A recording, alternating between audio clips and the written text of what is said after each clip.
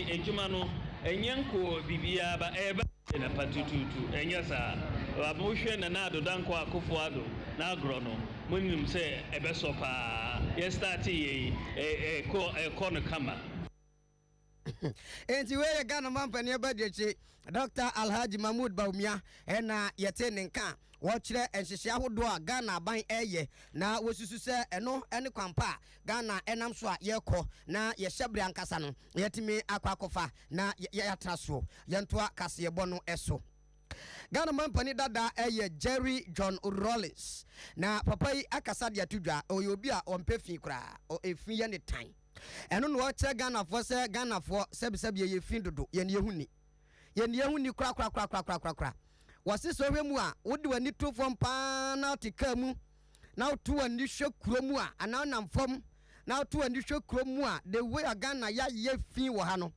wasi yani bia akofom pa na enya de se beboa am yetimi akonkan so oman yesi aban be ye nanso yankasa yete ho no ede ne yesa yede boa kwabrane awon fufu awie na watwa ne bawe de ato ayim kantem asan kwan spison de agu ho wantimi anie no otototo nani a na obegina ne fie nanim na wayi atokwan tem na ntwie kotodwa ahodo a wakoto wakrakra ho wie ya wantimi anwe no na obehwie agu kwan bode ahan banche ho no ana man yi chese we yemfa mu man wasiso hwemu a Ghana konkan pa ba ne se empuntuo yesisi school adan hospitals ene no ma hodo bebre no infrastructure yakoyanim nanso human development no de efi na age yaboso ubekona kwabrane nani abie wo kwaduma ne tai kama se suit access Santiago Bernabeu suit tenten esu no kotonkwanche ne ojannan wasi wei yedibu man eno no mampani abufuo kwa so mampenda dai waka che Ghana fo nyina se yensisa yesu ne ban se de be ya Ghana ne betimi akonkan sanse emyemye na tumpon ye ka na Ghana de ye mpanimfo no mo nya de eno mo mwa ma Ghana tumpon no wose sa myemye no koto so obi kotokwa ho ejanan eso obi kotompo anu janenan wose nya Ghana nkwan de po enso ye de pona ye excuse ne ye na gupu ho saa ene ade a wose nya de se eboa no de wotu Ghana fo nyina fo se se Ghana enkoyi a enya aban bi nko na eso ye nyina ye wo chefa esese yetimi eye na Ghana no etimi duru ba bia ye pese ekokoduro no como Ghana what roads the infrastructure development na jewayi and yet a Sani Nekema who is investing so much in the infrastructure can be universities you will hear can be a Sani Joy Amowo to the extent that it has Ghana, Accra, Kumasi, therefore this is retrogressive. It's an uncivilized behavior. Time in the past, we were care health facilities there, and we comported and conducted ourselves in a very responsible, disciplined manner. It was a better reflection of the quality of the human being. Etiweno na okasa was sensitization ceremony no amoye abra moye hyehyɛ no mababesi mother and child center mamu bi na wode nsɛm kokotu dwa yento akase bo so ansoma say DBS Industries Limited eno ne chance papa yakwakofa coloring class roofing sheet de aba uto bi the board no so a ensu a tutoi people tutu kogu promumpa ensuro DBS si ensuro nanu adana me namo na me hia se emframa fa na chance da bi nam wiem papa me bisa chance da na kira kwanya yesi efri ayi Gaza mpapreso ene dan so apa ene abedu Ghana chance nya chance papa me ko hwe ho a yatro din bi agu nam se yi ye de board so mani padam DBS de ende sa empopo enwe na che the bia in it your coloring pass ye ma 10% commission na asanso ama 20 years warranty asanso ama a warranty certificate e de atoso enti estate developers ni nyina no monkoto mo chance o DBS wo na etimi emuamu na monkomanim na yenko animu e paramount chief wo bole na anmo tankonwa body ura asafo kutuge faso otoso odikan eno a wodi atudwa wo chemkyere se nanu adom te hwa na wo munuanom a ye friend se brief for youth association wo maba se boli nanumata konwane mo makwanya no mo meka omedwan ne wo mo na saa ayi Savannah Regional House of Chiefs no omo mra mehyem binom nyina mu man ne nkonkan na Bollywood ache se o makwan waso mpene kura mo nya saa di na pania wodi brief of one anim a youth association ya Dari Joseph T eno dia tuja wo chemtre se wo mo sere bole wura sanka be ya sere bi omu nyina betumi akonkan na nhyehyeye but omu wie ye nom kasa nyina na bole wura che se ago me pam chew maka bebre so memfa ye makwan ne makwan china mo meka ye traditional eyi no ho mo pa mo ntimo de na Savannah so ye ne ye ho. The Lubi before are a settler group. They are acephalos, that is, they are stateless. They came as people who needed land to farm for their sustenance, and we gave the land to them. Now, you can't become a chief when you have no land. Well, you are either deemed a warrant chief or a paper chief, and then that is totally unacceptable. In the Savannah House of Chiefs, the lobbies have no place, because everywhere that they have settled, we have chiefs there, Gonja chiefs there, who represent the interests of Gonjas. The lobbies came around 1936 and settled on our land, and they cannot have claims to the House of Chiefs simply because. But we are told they are majority in your traditional area. What is majority? When we talk about majority, we are saying that the land is ours. And if the land is ours and they multiply, that doesn't, they don't have claims to our ancestral land. Period. We aya Bollywood aya Safo kutuge faso awedikan.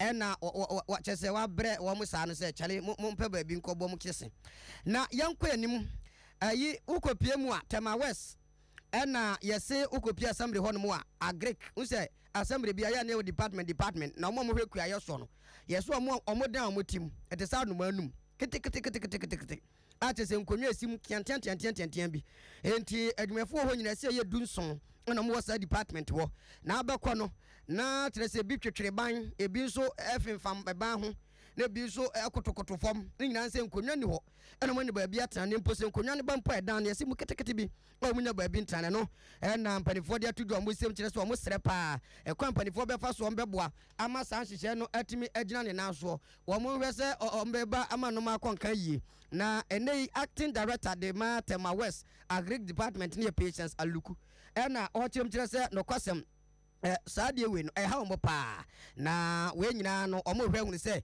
MC ne mpanifo ho betime akom ho abom na mwa bi o betime de ayede aboa wonum ama no ma akonka yie e de amo na Tema West no MC ye adwa amoako na wokoche o made kakra motorbikes ahodo ho na maami a wo ye acting director yi enya akwanya de ne how to dwa ye officers ni edwuma no na be ma edwuma ne tumpon no ye nika ayede ye edwuma ade a ha ye mpa ye hia ka ebetumi di aye edwuma ana se emipema se besumi enya motorbikes no bi nso aka ho ana so obi aso e se no anipa mienu ne ba be use baako ni na ema edwuma enkoso wa no ye hia office space office na ewu no kakra bi kokrowa ana nipa 17 etim ema edwuma ye enkoso enti hadwe pa enema yakan uma yakan ne no na reaction yi agric department no maame MC adrom wa ko kire se omunim hawo a assembly ayi department na agric for ni committee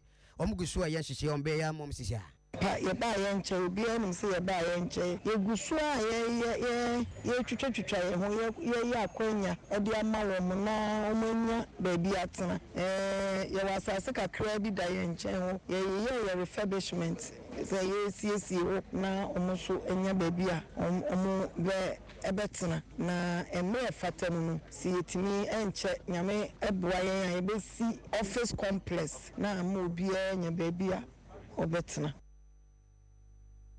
we mame adwam wako ono MC de ma Tema West and yet can me why kase bonasi DBS Industries and the boy hoka ɛmɛ de kasebo yi ɛde brɛ wo nti kɔkɔtɔ mo kyɛnse ne bi na ɛmwa sɛdeɛ bɛyɛ a ɛno bɛkɔ nkan na nsan yɛsɛ obiara kɔ ha dan a deɛ obisa ne sɛ wodan no efie wura wode DBS kyɛnse ne bɔɔ so a na wokasɛ daabi wɔsɛ ɛneɛ juwadoa na me nso memfam sika na wɔn kɔ estate developers wɔn kɔtɔ efie wɔn hɔ no busa sɛ man west estate wo de DBS kyɛnse ne bɔɔ so a wɔsɛ daabi wɔsɛ ɛneɛ fɔwadeɛ na me nso menkɔ nti ɛnɛ yi estate developers ɛyɛ futuo de mayɛ medin ɛde nana agye yi ɔbirimpɔn CP bɛɛma tenten gramu ahoɔfɛ a enviably enwi adwame Kofi Asan ɔde bom kyerɛm sɛ producer yɛkɔ na asetena pa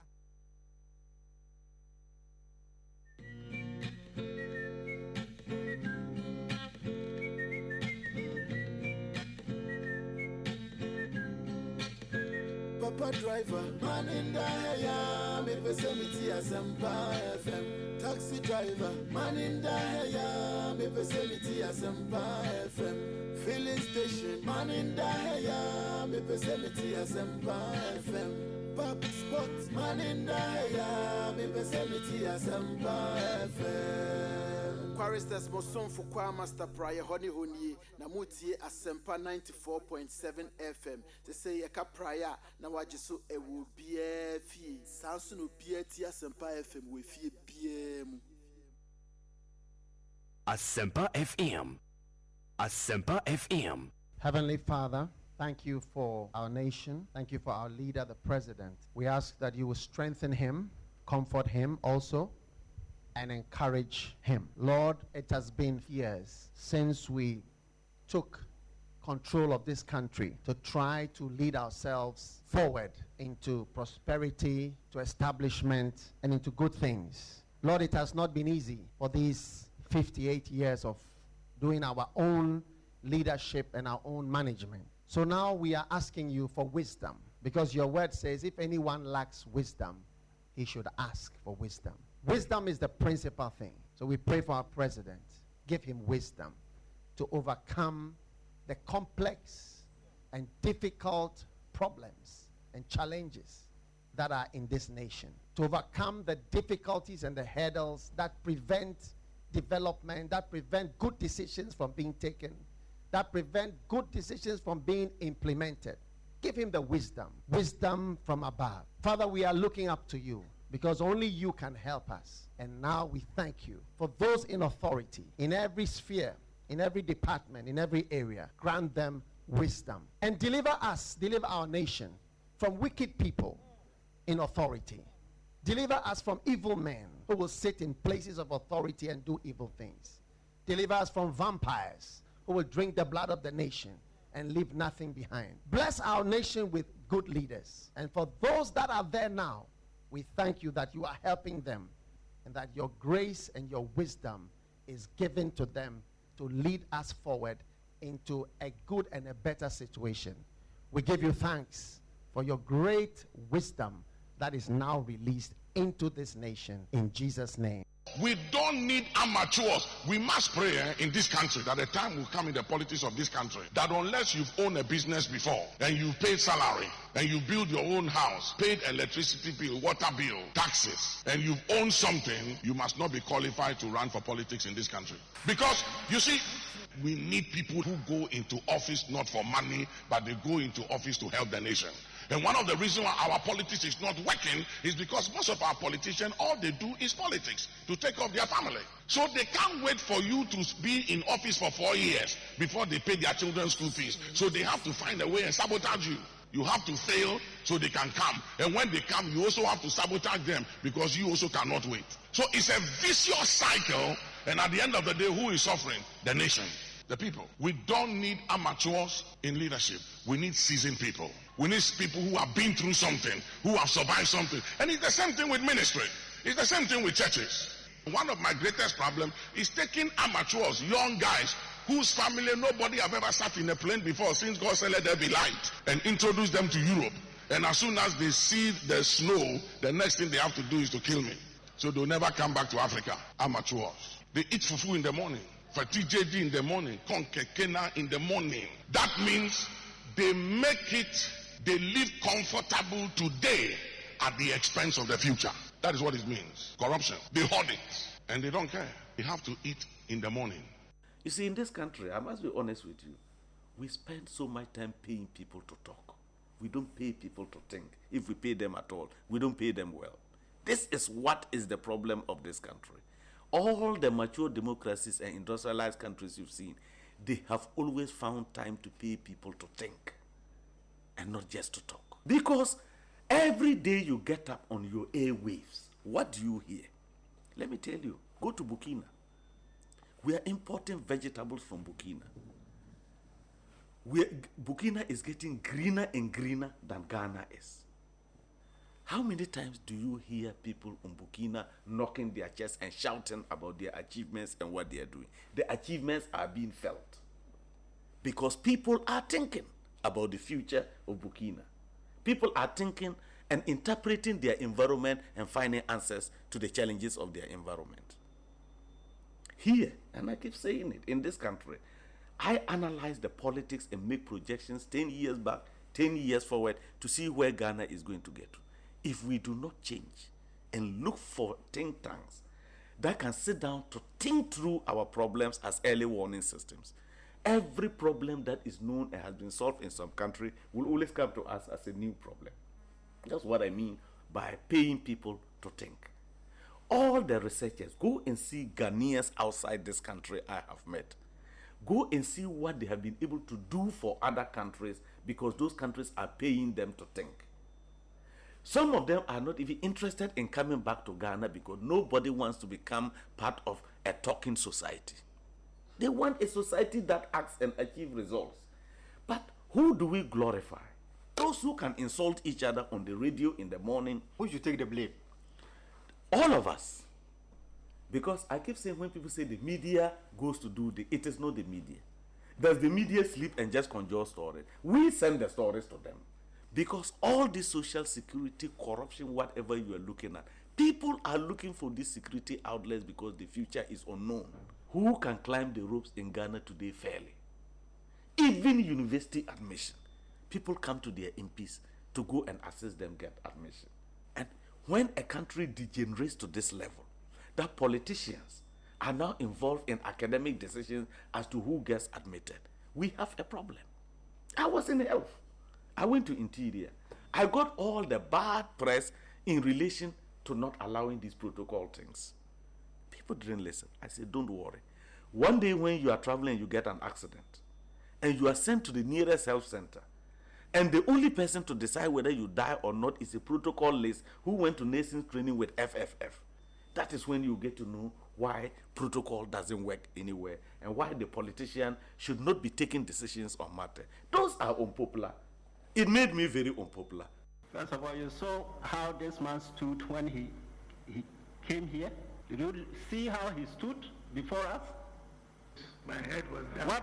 What again entered his head at that time? Well, he came forward here to answer to this charge.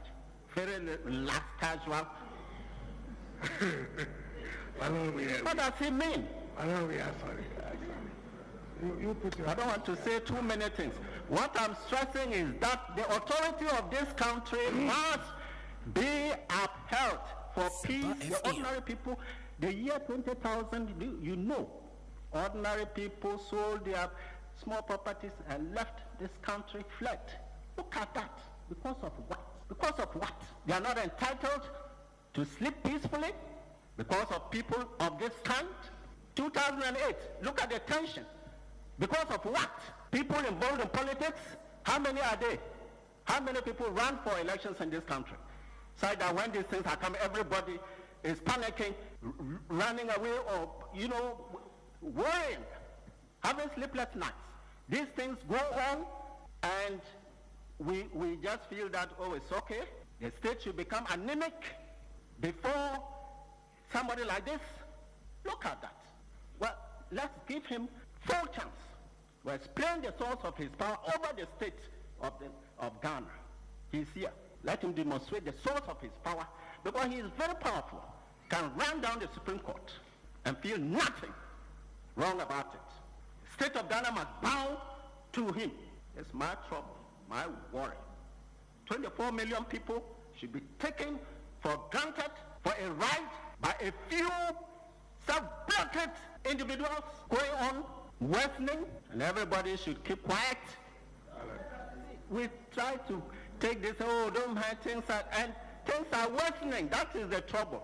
Don't mind, see, the man has said, it's not, and the man, there's no sincerity in a lot of the politicking in this country. I'll call it, some practice illegal political galamsey. It's unconstitutional. It threatens the peace of this country, and people must stand up to such characters. I will do. In the CCR, and then a better project. No? What happens to Sagleme? Oh, project in there will be a takeover for sure. Takeover by wine. By one by a competitive advantage. Means one person on twasso, and the agreement is clear. They'll finish the project. But those who have blown our monies, you go after them. And this is a takeover near bar. The fresh capital injection to complete 5,000. We don't have any choice because the money has been blown by those who started the project. 200 million and the amount. What the 99.3? How does Sonia have the project scope of works? What kind of robbery is this? Do you need an Einstein to tell you that there's a shortfall? That shortfall, come and account for. Yeah. In every jurisdiction you account for. If it means you need to use Interpol, it will happen. I'm telling you. Hey. Oh, yeah. Yes. Now, you want to come and blame MPP for it? No, you can't blame MPP for Segleme. Yeah, but the point is, on the face of the record, under your administration, my committee, one, by paying monies in March 2017, paying a second one in July, and signing a third amendment in September. Listen, the government of Akufo-Addo has never done anything, and the government of Akufo-Addo representatives are touching. If there is any man who calls himself a civil servant and is doing his own thing, he will be answerable for it. Do you understand? Do not attribute, excuse me to say, the malfeasances of civil servants to, the government.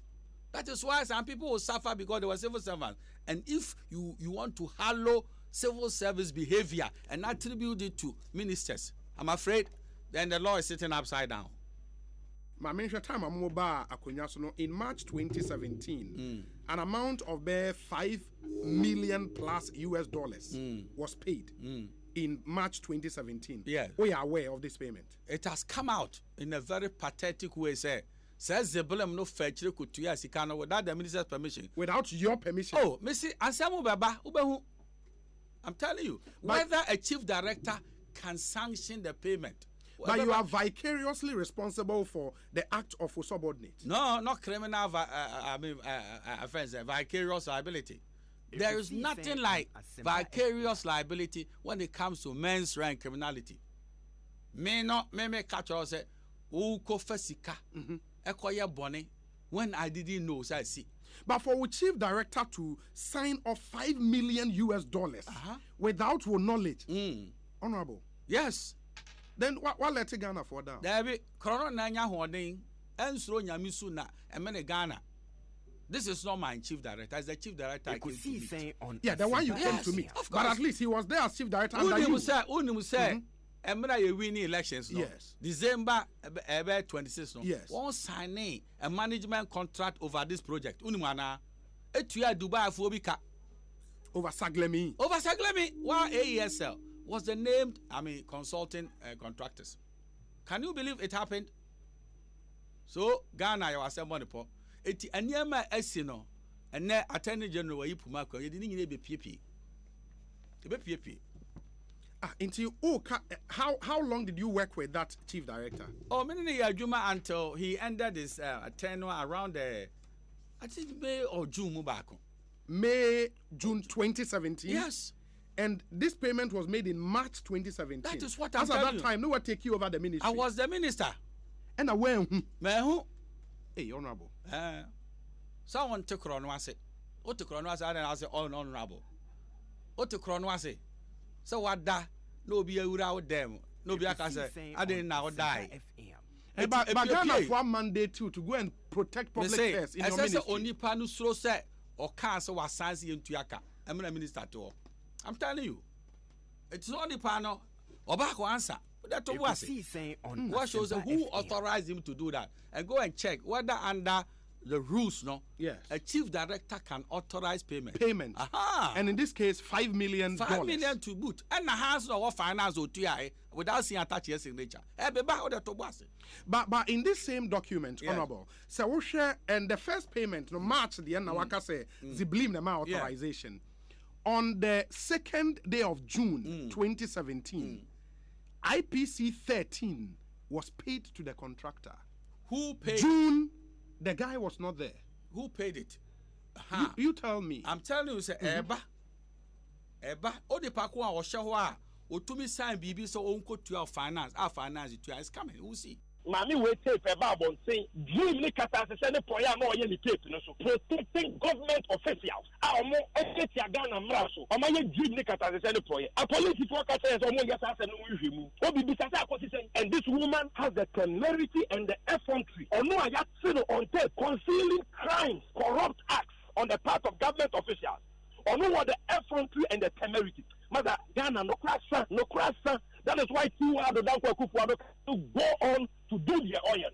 But we are saying it Asempa FM. very clear.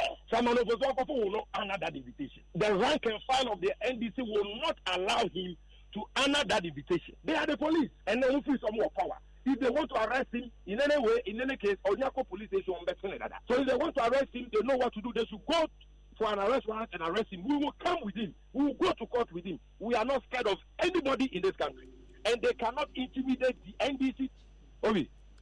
Edruwa, you not absolutely. In the Argentina on the police program. Obi. In law, Shamanovu's one powerful. And yet, under any compulsion, he's not under compulsion. He is not enjoined by any law. On the water of what you are don't go for the Ghana police for a moment. Police station, I exercise my constitutional right to remain silent. Yes. Or the right to say, when you invite me to come and assist you in your investigation. Your investigation without me. Oh, I send you. Yeah. That is also part of the law. The constitutional right as a person. Like I said, Munam Yanko, she proceed, my boy micro, no, my say, not a proceed to Sajimenko. It's telling something to the Ghanaian populace. Now, coffee for example, for some say, Uncle, the Council of Elders in Pennyfue party. Now, communication director because I see and Quanum DH. Nama kwa press conference. Say yanko na lawyer se kakukuda. Na musima kwa chwa krata yanko na nseme here no. We discuss some of these things. Me see of Trump he's not above the law. Now I'm daring NDC so. Say wo mo si wo mo mane nko. Say proceed make move. So mo be picking na. You heard the beka so e be ma chen emra wo Ghana ha. So be prevent it. I know be ba se kromo ha. Nipo no no amutu amu se jabia se e kon masem da bi me kan ko won ya be kan santino ya twemi ye ye ka se wutu se jabia se a ye ka se wo no monsa me ka se wutu ba bi e dwuno ho nye se jase na kwata dwe ye ho ye kwa ye kwatu spare class to da me ye se jase na kwa no that's again that's a place for socialization but the baby e so okotimpoano ba bi e je frama o send you text say obianye be mo betumi aka say obe pikin no say duru ho na say pikin no a eya wo mun ka say ne the 9th of May 2019 wo mun ka say they are daring the police say won be ba effective arrest na mun ka say wo mun party panifo e so mu two party executive no wo mun be ka say ma obia enko reportutu yanka ni ye but I'm telling them wo a wo be wa dwene you heard the Becca so a bear my chain and now Ghana so be prevent it. I'm not bear by Kromoha. Kumasi Central Market. Yet here Kunyasu, I hear Ansi. What is a Debianechi? What is here this subo above Freddy Blee? What is here this subo born another Danko Kufado? And I'm making over some of Bedin in National Chama, Yan Topetram and any manches, so on a Mawanshija. The Adenaba and so on quite to me from my NDC. And don't forget to say the ya na ntwe bi anka ne to no nka conference mu and Tiwano baby or Tibiano or Yadia, only say or set precedent with their tour because none of my check has been 50 years or better was service in them. And then this will be in power. I'm sure she will never be comfortable at the office. I'm telling you today. The question no. Me say the MPP and Sabio Muchato Yaba, you pay the same thing.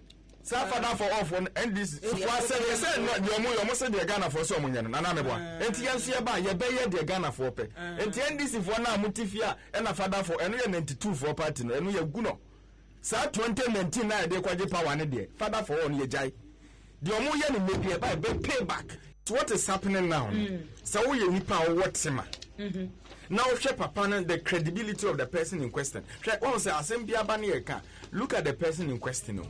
Nipa na ye ka no wasem no. Ye papa Samuel of Sampofo. Enye then was starting amanyosem. E ba ne Ghana amanyosem a outro history ni din beba mu bi. Fi PNDC time ba besi nne. Obi an the caliber of person ye ka no wasem. Enti ene so starting up say ugu ne hu fin ategua. Now why very very careful. Yeah, the Edina Sumpa, de Casa de Baby Qua. Yamami CID, Tama and Quadai, Yanimunina Neticuma, and a CID for your barb and think Becca say, you can use 14 B Barber Janium. Okay, I'm a the rescue management team, Equa Coffee Quadana, Irano. That story about Sunday 27 January 2019. 2 hours down classes that personnel nearby and Chebia, Yebun Quadana, your mother back. Yet there any problem because CID na your master yes or more conducted thorough investigation said the beya I will for na a trade adjono on being baby or momano. And no young Kabian shim young T the echo. You want to CID for your bab on Timbeka Ghana for say Takra de kidnap girls. We know where they are. CID boss. Ye mami tiwado dankwa.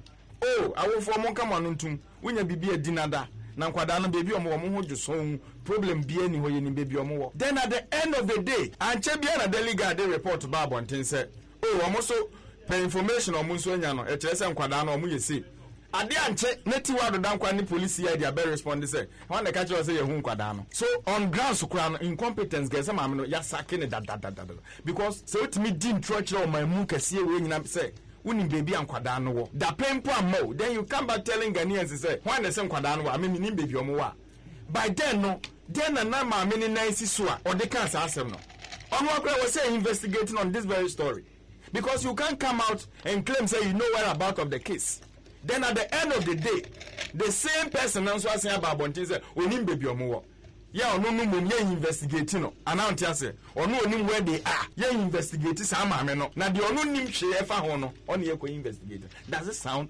Madam Tiwa Dankwa is becoming too controversial. No. Yes. Some of these things, this modus operandi the oshasache we onyendo modus operandi more here the invite na ebiake getting someone or baby next issue no that should be danger oba invite so ambafa onye something new in our body politics but more in there tambia NCBC na NDC MPP nzobo wie na samara are useless. And then the police waits in. If you also are very controversial. Majizile Mami Tiwa say really or good intentions are the best thing for her to do is to be seeking advice from people who have sat on that chair before. The initiative do you think is good? Unless maybe why the government is behind it. But I'm excluding government from this police action. Okay. For me, I won't believe the government no yet. Maybe an police will be on chief superintendent. Nja say ono mamini by IGP and no ACP and ACUP. Nji games can be played behind the scene. No,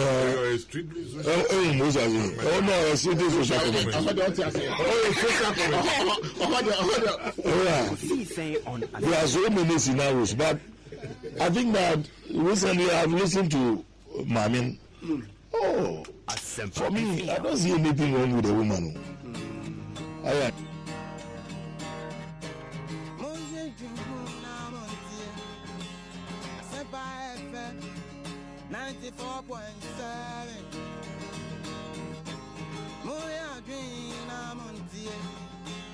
Asempa FM 94.7. Nkoratie, Impenitie, Nkokratie, Misumitie, Intimuntie 94.7. Nkoratie, Impenitie, Misumitie, Intimuntie, FM 94.7.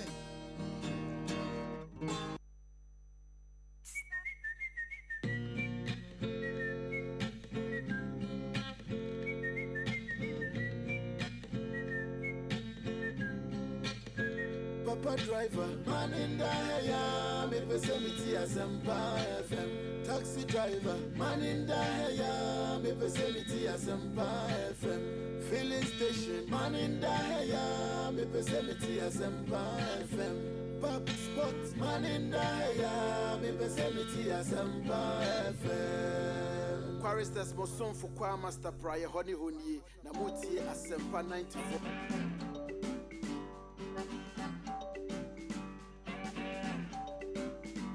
The land is good, the land is fine. Gold we have, diamonds we mine. Yet we fight, we covered it all in blood. Tell me why we wallow in the mud.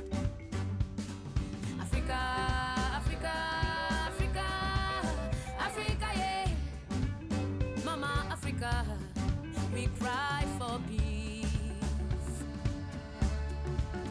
Africa.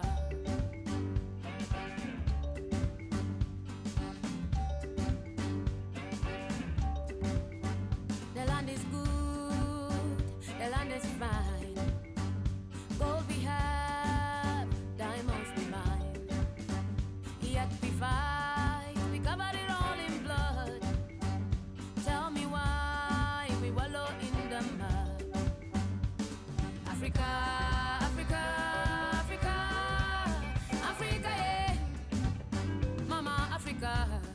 We cry for peace, Africa, Africa, Africa, Africa, Africa, yeah. Mama Africa, we cry for peace, Africa.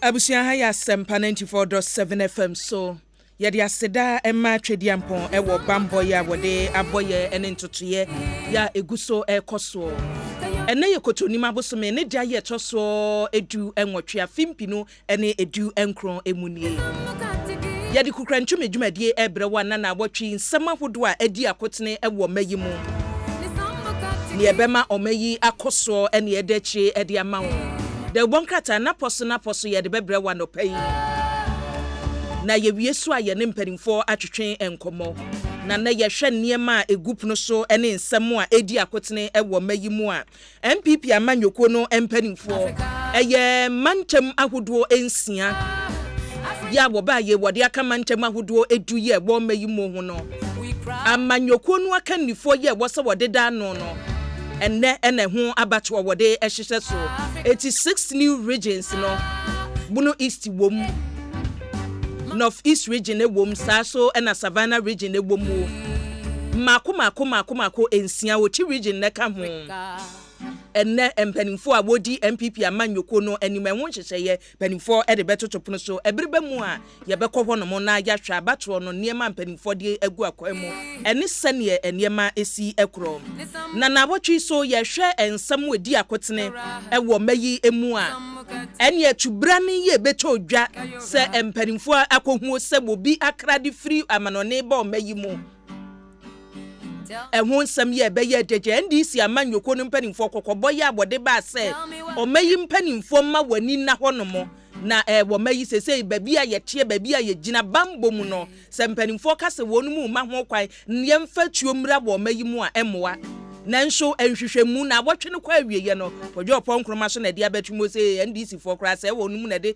permit ma yesi emfatuo no mra enwo nsem dagya enu so achi nhwehwemu a ekuo bi abonnan aban ewowo dwumadie emu yayifo ede betu dwa se ene isi eto aba ewo mayimu a MPP amanyoko no besan atena so adi nkunimu biewu MPP for na nkasa po wasem ode atudwa so ye de say ye bedi nkunim se ye be de nye no so ne yanida sa research abodo ye ekoso na ye de tudwa amanyoko we na adi nkunim amanyoko we na adi nkunim no anye bia no eye effective no ne ade a chese eye to aba ni wi a ye hu ana ewo impact bi wo yabato no ayeto no so abusuan ne sanse mi so ye bekom na ye wi a wo soafo ya wo hwe wo mayi adansie ene adwuma yo so na abotwi wonimonyamfo Samuel Atachia ne nsam a wode kwotu dwane press conference ya asoafo mienu ye wo mayi mu eye minister of saying we could housing minister any health minister and we yes enhia mu no na wotie nsem ampanimfo edi tu dwa waso ye no ba ye adwuma abo ya abusua ne ekosi se adwuma die so wa buti bi sa wuti fie na wote mpanimfo yi won nsem a wo ka se bwa ye e wo mayimu firi bere ya wo ba ye eni nsem ne bi a wo de to wono ma no waso mu aye wo che wo wonimonyamfo Samuel Atachia che mu se saglimi project no eni we bi ababia wo te wo wadwen be ye o se o ade ne yesi abadada no mu na mpanimfo anya ne maye eso abayi ba ye sika abo no mu so atua no enna wonimonyamfo Atachia kire mu say ye chief director ne tua ye bo no wa hu kwan ye fa so ye nyuma bie mu nsem mabusua ne no so dapono so ya ye ba behwe ni nyina bebre ka we hu ene ye de ba na ye bekọ na de ubonkrata na poso ya hyase ene my two baby ene de ebebre ye wutie yen ebo engesi abochimemu a ehaye Amansan FM my Ghana mu na UK wutie yen sada so na Abawa radio so ewo UK Winners radio ewo UK Golden Beach radio so asomu dendende Africana radio ekitem na Hope for Life radio ewo Virginia Golden radio ewo Worcester na Sankofa radio ewo Germany any affiliate stations aburu aka FB nyina no abusuan Kukurantumi dwumadie so enie me producer sana mede aseda emabon Dominic Siebua Kwakuchum Justin Tiamo DJ Yayo and executive producer ene Nana Yenchi Kwadade Gift Yadaroma and Anewo Boy Yamia streaming live on Facebook Mama Africa Misumidin ede akwiaboachi we yadom from ABY Mejo so Africa Katigi Kayora Nisambo Katigi Kayora Nisambo Katigi Kayora Nisam The land is good, the land is fine. Gold we have, diamonds we mine. Yet we fight, we cover it all in blood. Tell me why we wallow in the mud. Africa, Africa, Africa, Africa, yeah. Mama Africa, we cry for peace. Africa.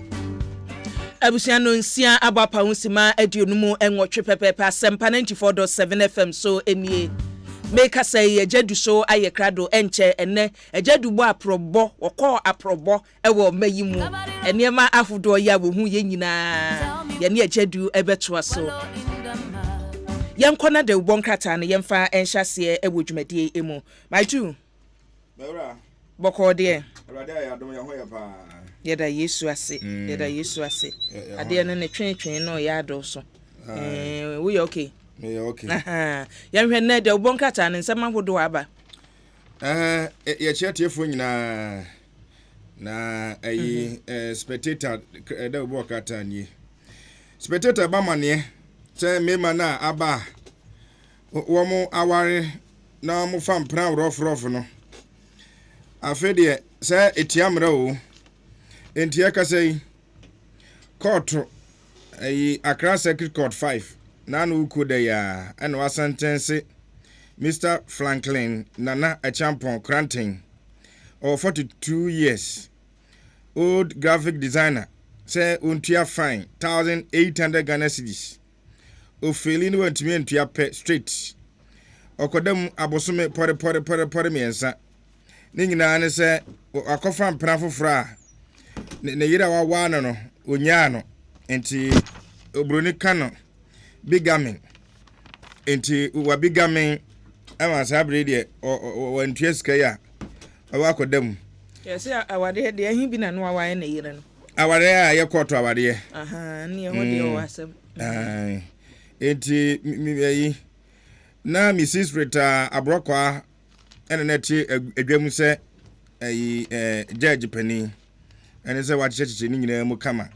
a kire wo enti no na ene dai endo so na VGMA Vodafone Ghana Music Awards baso enti wo hwe nim ha awura yo ene si ya otonyum da na Hamilton ne mfoni wa ha fefe na ono so da ha ya chese mpeso mo chese ene de sine makoyi ema no enti the bokata the spectator emu nsam no ebini awo so no patapa edin wo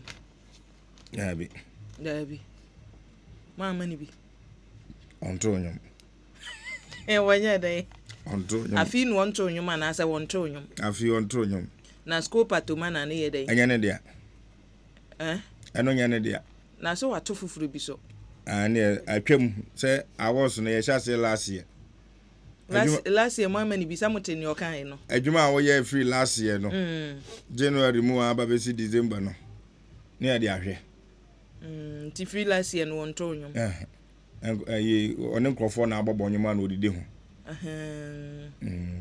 ese scope atoma na nya ne dia ni afi so mbetemo do de opebi onto bi duawe na wa hai sare ene oduru Jamestown Nkrankrom ene ne potem ahodo bi no amanfo we sare papa na eno na sabre empeni dia ba betu dua chese sa sare wie asa atwam Dr. Jiabo ene ekasa no chese sare no eye kama papa wo hwe natural anti bacteria for ye womu a enya agro enso so ye jawe ene ye yusu two pieces ite wose yawe na no kra doctor bi kra nso wa brochire ono so de betu bia che se duawa ya wie no so ye enti duawa ya wie ne sawe no afi de doctor fo no che se ahodi no agomu pa eboa ma wose ye din na kaka kra wonya na ka de na nkrofo nya kaka ese de nkrofo nya kaka sa brante no otu ne se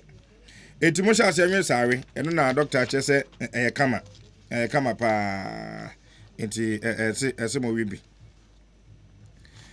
enti the spectator mun sam no ebinu no na krata insu nie the mirror ahwehwe krata de abana no pain na wo kire se two siblings ena insu afawom na ne nyina ne se enuanom mienu ena wo ewo jama eno wo Kintampo South District ewo Bono East Region enkwarai edi agora insu toya ahwere wo nyina chese insu ahwe wo nyina koya na no ku dai ena sabra kusem si ye adwo afusia ayi jema we jema brona hafo ho Kintampo we ya Bono East se de jema ya chiche munti jema ho awokra makohoda ai me koya adwuma wana nanom FM ho ba bi usu wachini ai adaka brena de me ko na nanom FM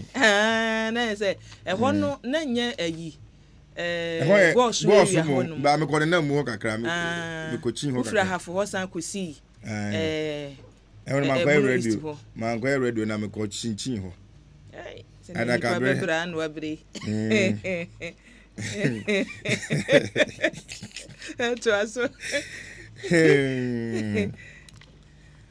okay 89 no ntinkwara no ba ko din de adwafusu ya 08 ena George Kukurantumi ono so 4 years ti omukodi agoro na ano no no miensa enwumre no miensa mpa mu ho baabi nsuo to nkwada ya ntumi ansa omachi ama nsuo ahohoro mu nyina kɔ brofo wose wash into odom kɔ nsuo afa wom ntina eno so ho sam enia onim sɛ na watwi we ka ho amienu obo asede so wahu bo asede no so no krata ba ko obo asede no akwada wadi mfie edu ba ko ene jema de isu asan bɛka ho no eti ese ni akwan sɛ nsuo no tɔ no wa wani ankɔ ba no ho wo pe ba bia hye no na wo sɛ ɔdo ba ne ka ho efse ugya ne kakra bi ese nsuo na no eden nsuo no begya na aka wo nko ana o manyina kɔ ti ne no so ba no etire no na enanu adaba beto odwa ewura atachia bekasa aye na wɔkyerɛ sɛ upgrade bi ba so ni ma ne ma bi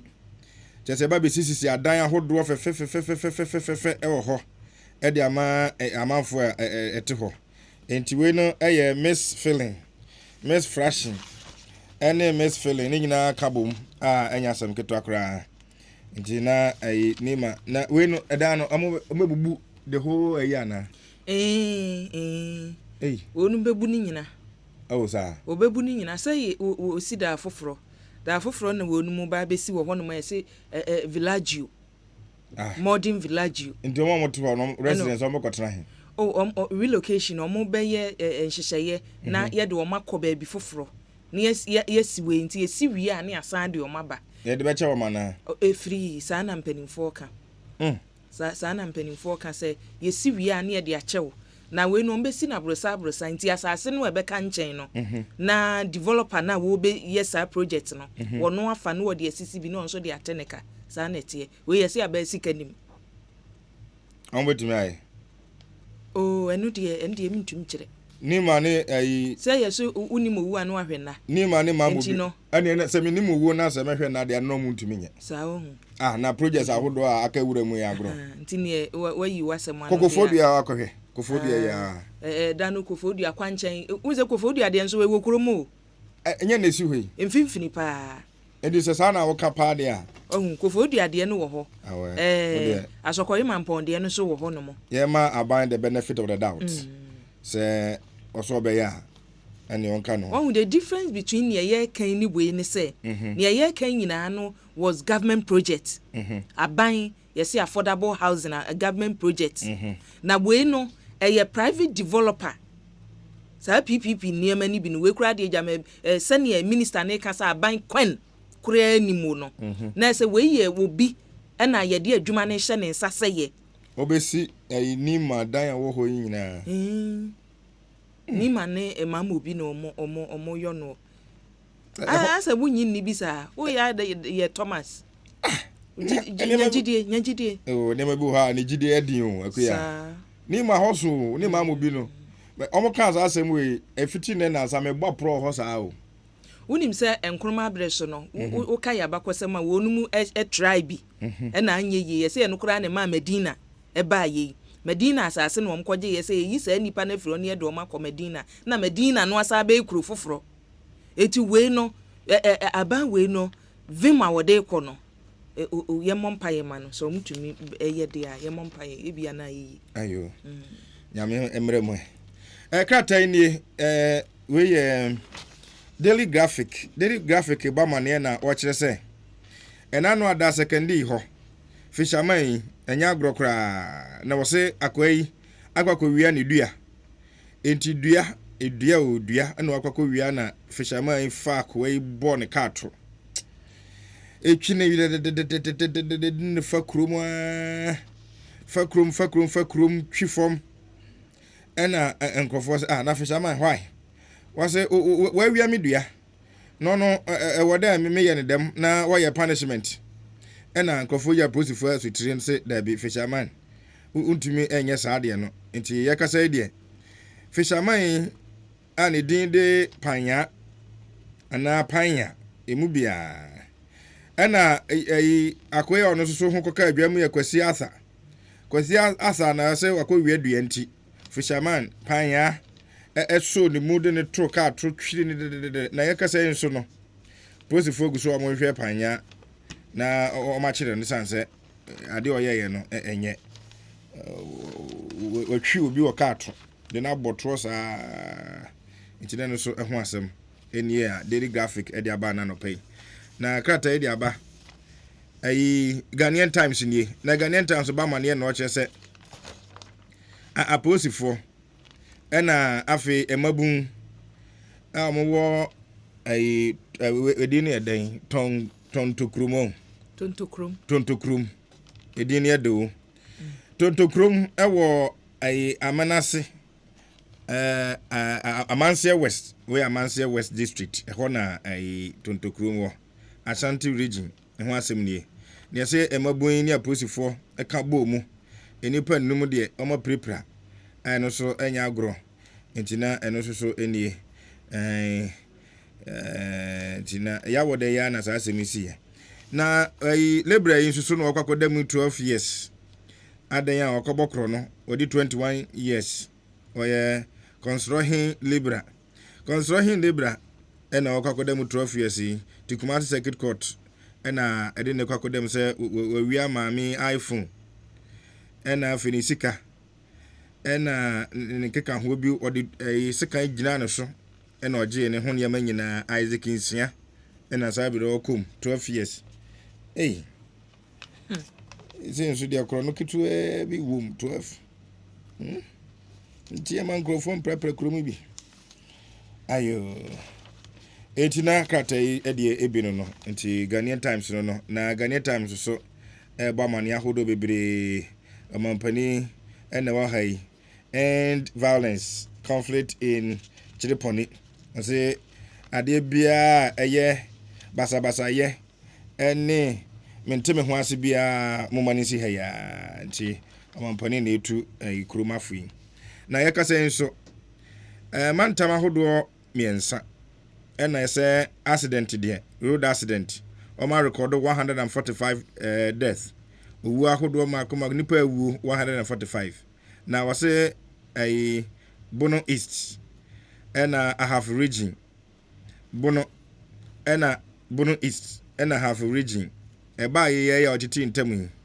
MTTD4 ehwehwe mu no akwanhia asi nipa makoma 145 ena afimu one April 288 ena muso o maprepra a jesanya sam keto akra o chese we nu ye kota kra o afi ahyase ya ne na bosome miensa so omo ye no records omo wo no ena mo de abeto dwan tinje se lord akwanhia no still I was say empany emom ho so road safety for ene adawa for na afi apassenger for kra no I was almost okay come ho bi etine no so ho asem nie etu asema na wo kan na no ebeduru port mpanifo ye ma port mpanifo be kan se enkrata bibia wo ho kama a chese enye se obi de etuboni bia bakrum na no achi na nonyamfo kojo pon kroma information minister enso be kasa no chese o endi se abre no so kra na omo akono wo ma wi omo yi aka na anu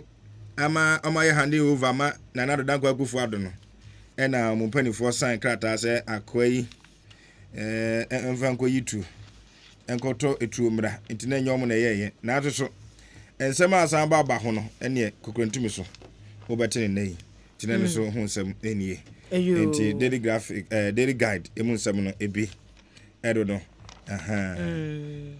na obuase de nso akware 11 years ya ono nso ne de no so wo ho no eno ani afutu a ba no na danafko nyame o se bi wai ache my two so nya rehemu wa aban no mu aban no betumi aye adwuma no obetu ni mafo ni nyina ne mamo bifo nyina wo so ono wo gidie wom wono wo gidie wadin fie sen eni won say na ade yi se fie nka ho enfie nka wo de ko na wo kura ka mfie kura wo kura nyini santi wo fa du ba yi da bi kona wo fa du mra enfie ka ho kokoko wo fa du ba ohun wo fa du na eba no say ye ka mfie dia wo fa du na anyin wa ma nka ma so ma eti wo ehwe mfie die wudi mfie ne ye den mfie ka ho anko betumi asese aban abakọ ne aban ne ye say nti no ka say avrehemu no osinya eti me enhwe wo fa du bia ne wo fa du wa abakosem bi e be kire say aban yi betumi aya na say wonye efise wo kra you are too young to know wo fa du ne be hu okay eti chonhu na ofeba wan hwe ya bema obema na bo hono mo of abrai abusuafo my two ene ate ne nka no de wonkrata na poso ene ode abre no sabi ya make say wo fa du ena edu fia sei eti enne na wotwi kura de wo koye me frɛ no minyanom bisa ye wo fa du sei me kwa banko ankokora ankenye eti wo fa du anya bedui no ye hwɛ ne ye wode ababi efse nkran ha ye tie de ne ye yatia ne my two di tu dwa koyi say mama obi ena ba bi ti se ni ma ho be ye fe o fa kwa ba o ai ma ulai ana de ma bro ada ka ne de open mo ai zi ai no ye ba be ye ba kwa mu no na ka ne se ye enti eyi ya ba yi ana mo de metina mu o mo fre ka ne simple ai kunkum bag ya ko ai ka ibi bragia mo awu ana mo de metina chire ana woso me sei woso me sa ne se ma ba juri bragia na edu kure mu ai mi ko ai no ai mi kuro mu ai boduansa oni boduansa debi o boduansa ho da me firi ame ba ye ani se ka ne be se wo ko mu ye duru ai asama tamfo enyina mo na me so nwa me nto ai oceanographic ni bi se woni mo oceanographic na nyankati eboso na traffic ya ba ndino oceanofo ni nyina de ai graphic ni bi ba ho ani se mato bi ame de brewe se we obi ame pa wasem ofa ne wa kai mi asem o aden nana yawo ne ya hwan no ye okunu ana debi o nana yawo no ye be me bi ane ne no ebo mra hye badwa mu a ofiri wosi no no ofiri wosi no na ba adwuma enkra da bia ade wa ye mra hye badwa ne pen debi no woye camera oye debi ho de se ye koye adwuma bo me nkuro bebrebe mfiri so ehin na mkodi MP no onya mra hye badwa ne utimi ko mra hye badwa ya utimi kwotwero efiri ho ani amon fa mingo na ya wo da bia wo ba okito oceanographic sabre no na nipa nya oceanographic bi edi ye nti na die ya wo dia ba ni aka me an no enti ani ma bra oceanographic ni nyame hira ai no oceanographic no mo ya nya no sa ahaba na mo de ya no so ya duro duro ai duro na nkati kakra gu ho ma bra nkontomire ni kanto se kakra ya odi ayi wo nya nwa nka ho nwa ne de mai ne inso ne bedu to me kona me mana yibi wo na mo de ama wo ba na nya nwa kakra enti we de no me de bo kanto se ni abe no so ebe de kontomire ni kanto se na me de abai we ana wo de nkwan ayi no emfa nwo keke wo ya be nkwan ya no ase ne nwu no de se kura de nkwan da ya be nkwan ya wo mo nse ne nwu aw so wo munim omunim se enwo no yenya bi firi nkwa no ayeye enupo na ede ebize nam no ade be ye na jim wo mo ya be nkwa ya na wo mama mo ni na safra over na de na ade bae ayo ai me wa fase ai no se mase no na wotwe be se no beba ai masuro se hwan no yes sports no me ba ma ne so ngare wo mi hunu ne wa yewo wodo Obama hwan masuro no yes sports no na ado Obama no ai na ga kwajo mu insa mo hwehwe so opena me se dabi masuro no na wongade ye ntimi de me ba ne be ma no na ade kwajo mensa na anyi ni ana awo ojina hwana ne na mubu ojina hwana ne na mubu awo musa ojina hwana ne na mubu aha sa na ne na ate awo dabi ntupe masuro no ana mepe onde ne na mumu ye na mumu ye yo akuyai eja ayi na anu asema mebe kan ya mebe se me kan bi wo ayi no Ghana card yo se hwan no akuya fedi agensem wo ye wo fa ne so ko hin agensem awo akuya fedi agensem aba no wontumi nyo sen wo ko hin wontumi nya Ghana card akuya ba bi wonungu so ye hin na ko ye akuya de na wo kan wanya wo de amega de konya me de akwakura ma duru se nka me duru wakura na nka omo mami ayi omo friend se popularity o se de na nka me mfamfa ho nko wa mama me popularity na me gina mo aba tamfo eba obi tumi ko gina ho don hwere be yese aduasa ka ayi don't feel back no nya akuya afedi ani atete kura ne se se mpanifo ni bi no etumi gigi nkrofo sika na oma yagu omo ba no mabeje enti wa wudile mo betimi adi wa dia enu so wo pa bi so na no ye ho adwuma na wo pa sa bi full lines ne hwe sa dia me kan aban na ni abrea wontu wa ban wo ne ho sika nkrofo ya adwuma ni so ayi mahin susu ntumi nyo awo akuyai ka kira aban ma mi ko ya akwahwe mu ne wo chi ye ne se nkrofo ya adwuma ni so mahin ni susha ebi se wutie pani no oda no ye won se ye de eya ye be kan se ya ne empese ye be kan yo eti ye ma pani ni betena ha ne ebisa no oboa akuya ye no oboa na se me kan se ne eden wo pani na se ma wo akuya be ba me pipi aba ma pipi ma no kure no ase wa ne wo fa wa hihihie dodo ase wo nya wadwu so betie hwe akuya yi asem obeka ye no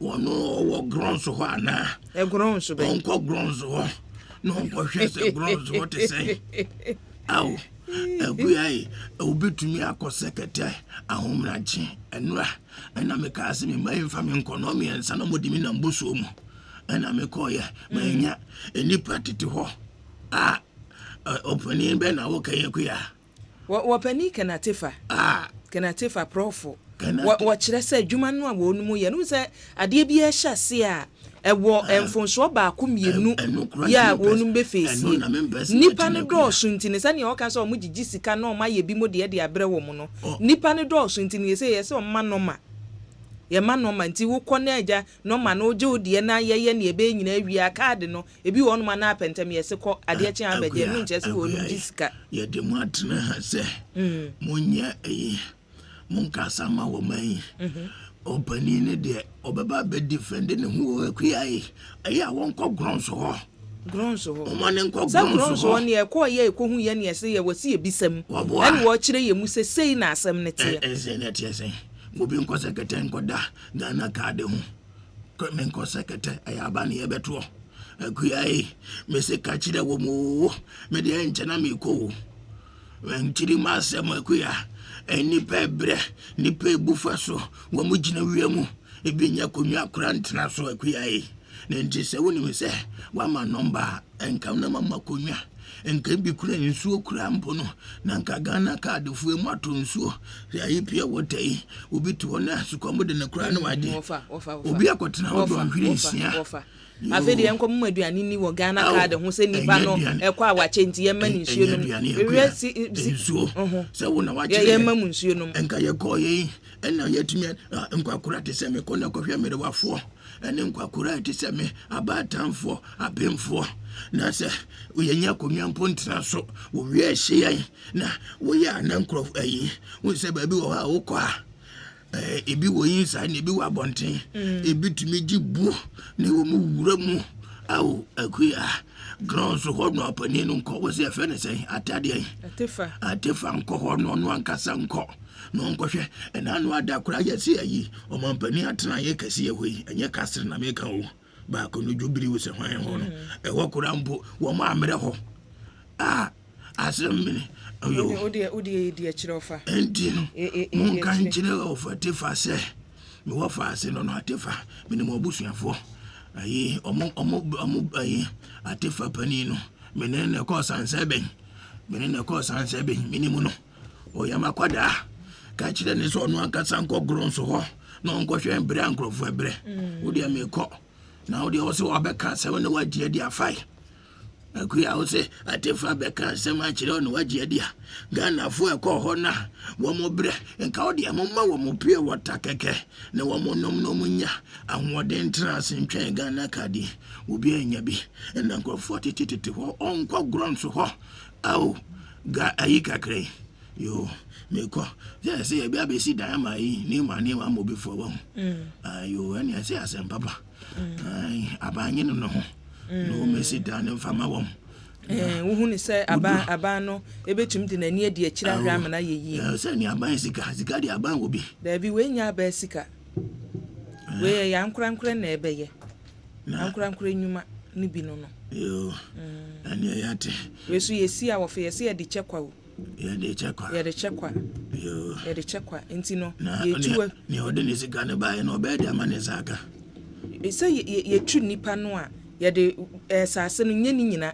sɛ dan no yɛsi ato apete fam wɔn sɛ dan a yɛsie nyinaa wokɔ wokuro mu yi wo sɛ dan no tetare fam asase bɛɛ ne asɛe no kwa ɛti yɛsi dan no apagya akɔ soro ɛti aborosae ne yɛsi mu ayi no mofrɛ ne sɛ apata wo sɛ apata no apartment ai yɛmoyɛ no apata nti yɛsi kɔ soro saa no asase no bi bɛka nti ne yɛbɛka no nnipa no wie a no wafa no ɔde asi bi no nso atɔ ɔde ate ne ka aban asase no nso bɛfa aba asase na adwuma no so ɔyɛ ne sɛ obi yɛ ntua ne ka ɛne akoa no wɔ sika o ɔwɔ yɛ ma me nkɔhwehwɛ no ɔmɔ pata bi ma me wɔ ha wo asase bi a de bɛma no anaa ɛne nka me ma wo nkɔ ebi nka me ma nkɔ ha no po ɛne wɔn mu esisi adan ɛtɔn estate developers no wo asase a obetumi ni wayɛ ho nhyehyɛeɛ me obi wɔ ma kura ho da bi nya kura asɛm ne ka kɔ fa nya me nkɔ na no sika foforo ya ba yi nkrɔfo de man nkrɔfo mo nyi o ɛne na me ka no sika foforo bɛn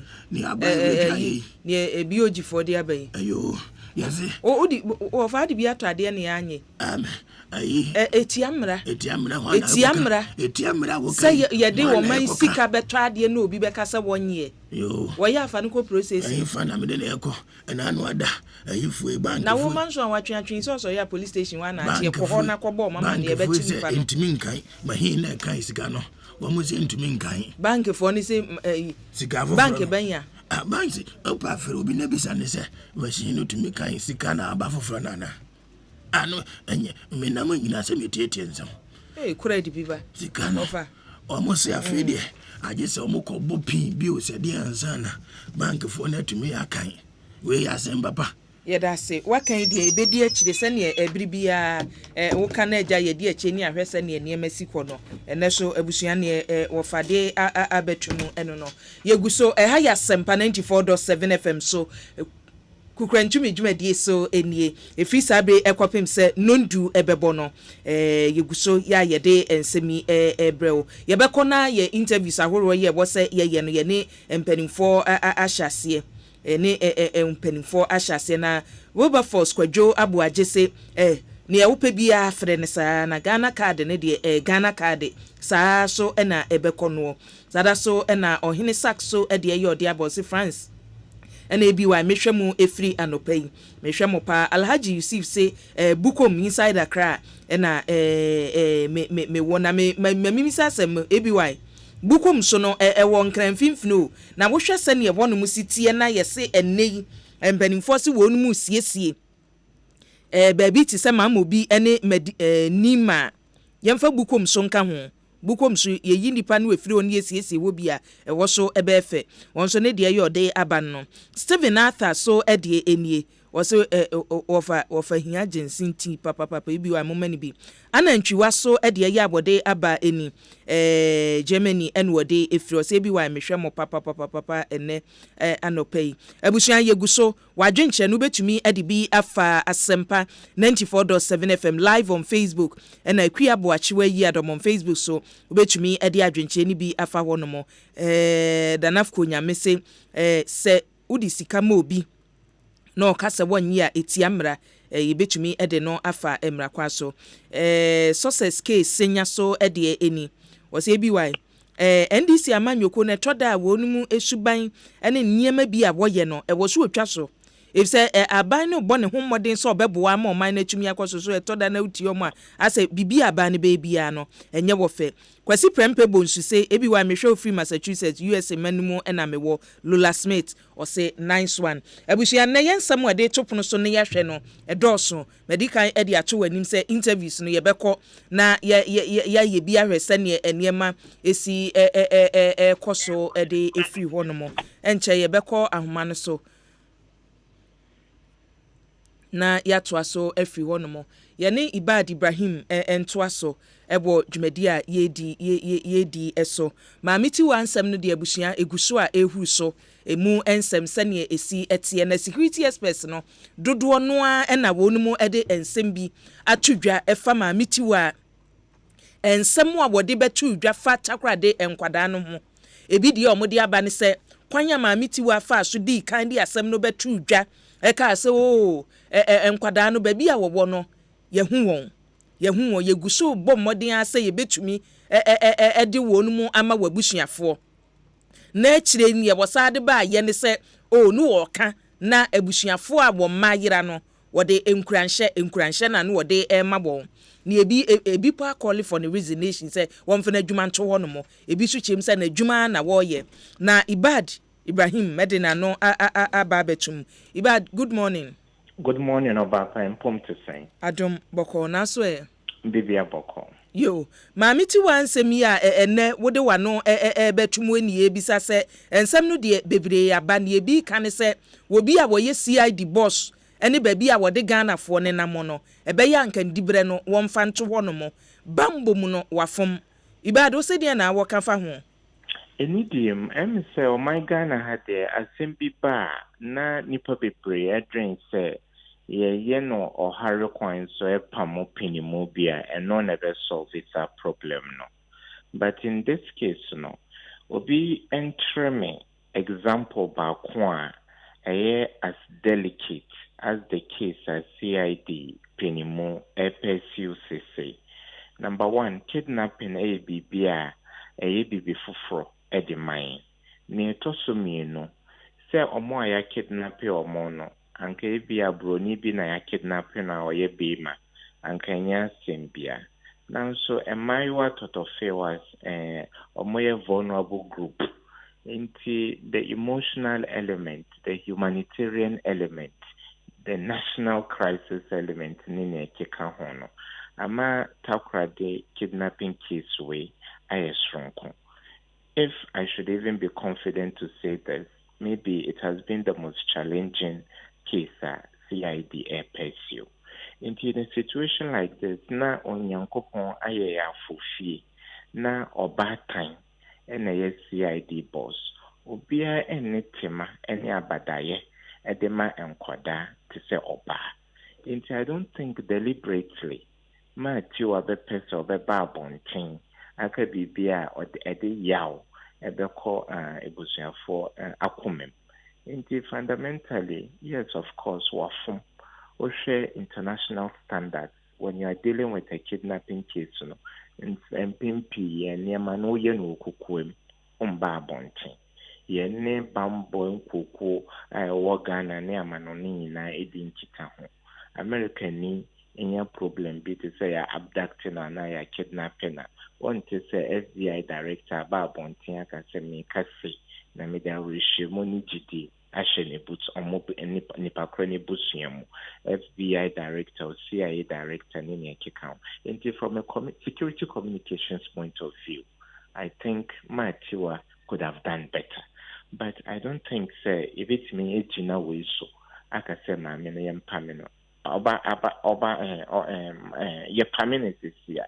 What will it change? And it's actually in the rescue mission. Until for me, I believe that if it's me, I find a bonnie action. Send a bayer on any team or more shy my woman son, more better or more juma.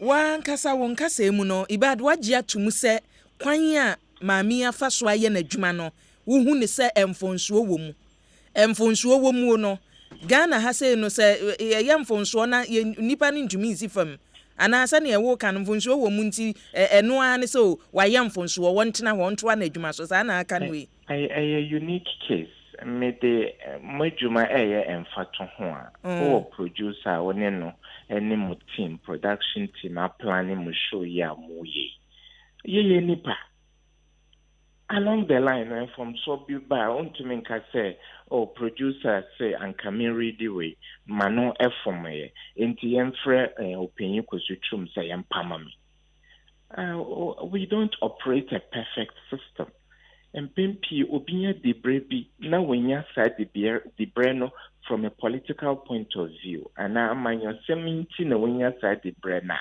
because obi penny position BPI better check my background. Tell me the number of ministers and state city and institution heads. Yaka say empower BPI because they are no competitors.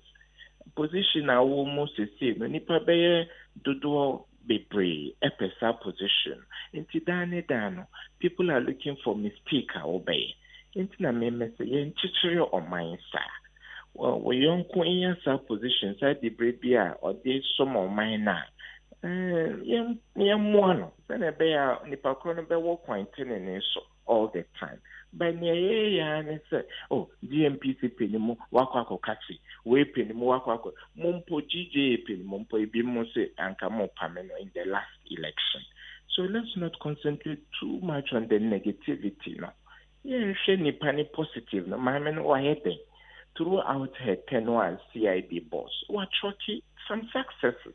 Eno ni de hin. If you say wa wo start no watumi abobɔ so sɛ ɛhɛ die na nka nwose kose ɛhɛ die na nka nwose tumi kose bi sɛ ansa na yɛbɛyi obi unim security mu si ɛkase wo yi obi sɛ wo yɛ CID boss a na kyɛ sɛ ehunkyahunu hwehwɛ mu no ehunkyahunu unim when to talk kwan a yɛfa so wura mu sɛ yɛyɛ nhwehwɛ mu yɛ asɛm bi a wode bɛto dwa so no you know the impact of asɛm a de bɛto dwa no enti wo keka wei anɔpa yi bad eche yese wofomɔ ha enso no Ghana ye pesa adodo de ni ye pesa adodo na yese Ghana de nipa fomo a ye wo se yenye den yemoa no kwa be so obapa waka say not even Ghana mpo say ye kroketoa ana omanya ze bi ndimu bia ye ba international relations ne matters of international security America moi based on the evidence, intelligence agencies now are more dreaming say or more on weapons of mass destruction over Iraq.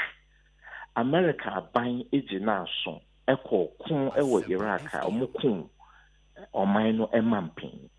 Say no mistake no more. Tony Blair, when we say International Criminal Court, our friend is in your time also acted on that evidence. My UK mine at the master for Iraq. George Bush, what to say the name international crime, even though many thousands or tens of thousands of lives were lost. Na me patching say, Bambo ehun no, and yet chinchina say ohanche more bibia obeyani perfect. And it say oba time, sabi obia obema on say na wachim ehu the pain involved in labor and giving birth to a child. Enjoy oba. If from a communications point of view, a ratio manka or person or dema ni yonko abatanya ya kwa kidnap or momman or yenuku more, it would have been better. And from sono esi. But it doesn't mean searching na young pameno mamping and trekrata say wa pameno and pay, mimina no pay. What will change in the rescue mission? Me pamia ye pameno no by Monday and kwadani ye be hu omo already no only the team BBS. Our international partners are helping us with this rescue mission. And to let them continue their work. But yeah, because I said already no obi or time be ever say mammy no shri ne jumane. And from where I sit, me, I don't swim with the tide. I swim against the tide. From where I sit, I think the woman can shine as a CID boss because this kidnapping case is unique. The top hierarchy of the CID. Uncle let's see how he would have handled it. From the walking, bad nature say, we to me a boy kakra. We see international community no boy yen. Ena empanimfo so guso a wo ye me ehwe international community ne yete ye ne say UK force wonum de animdifo bi beba bebo information a yenya ya no beto ne ye hu se wonum ba ye se na niema akosi obi ante ye obapa minimum thing but medebo achewa ni akua bo achewa ni akua Ghana politics kunti international partners were boawa bibia anamombia mutu na obia babo ntia babede tuja. You don't do that. Ente Ghana ha yekoto akodie mpo a just e babo ntia ka kire amansan yina say itu dodo se atopa e dodo se na yakwa akoto. that will expose us. And that could develop a person or bear attack and then information, secret in our bond. Bambo incense, yen will cook, yen will be drink.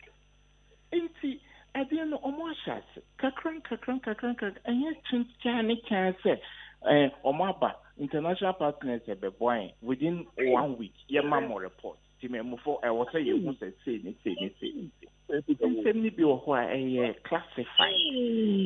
Because there is a public interest in this kidnapping case. I don't think resignation or sacking the CID board change anything in the rescue mission. And to me, say, Mamping, baby, I will be an pay. Mamma, man, 20 Jumaso. Na Timemufo, ya said, and say, you didn't pie box. Any support I would say the bamboo and Mushusha and my way and Taomichi. And I hope and believe say there will be some good news coming out. We mameno echo fact and one CIA director and point the buy and interest or China and now Chinichi ye be who and Quadano. And you know from where you sit no and Qualano ye be who one and I say ye if he says any walk ye you know ye won't ye say well boy me ye one and I say Onyankopon kwa nenim baby ankwada no wo. The Americans they be America the best system in terms of enyema bebre. America for ya kidnap be wo Iraq up to now you home. Afghanistan ya kidnap be. Let's just be hopeful. And then let's put our support, our prayers and support. And Ebusiano, so this is not the right time for Ebusiano ni CID in paying for engage in public exchange.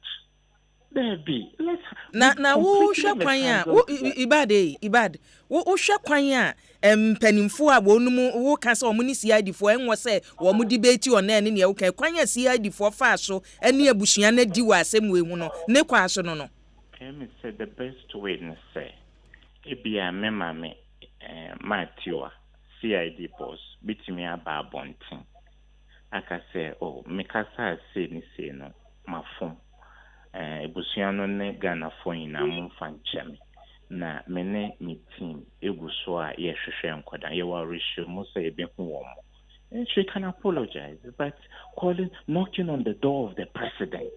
By now, Yankupon Kwani nim hunu a ekoso e Jubilee House because it will be per position need.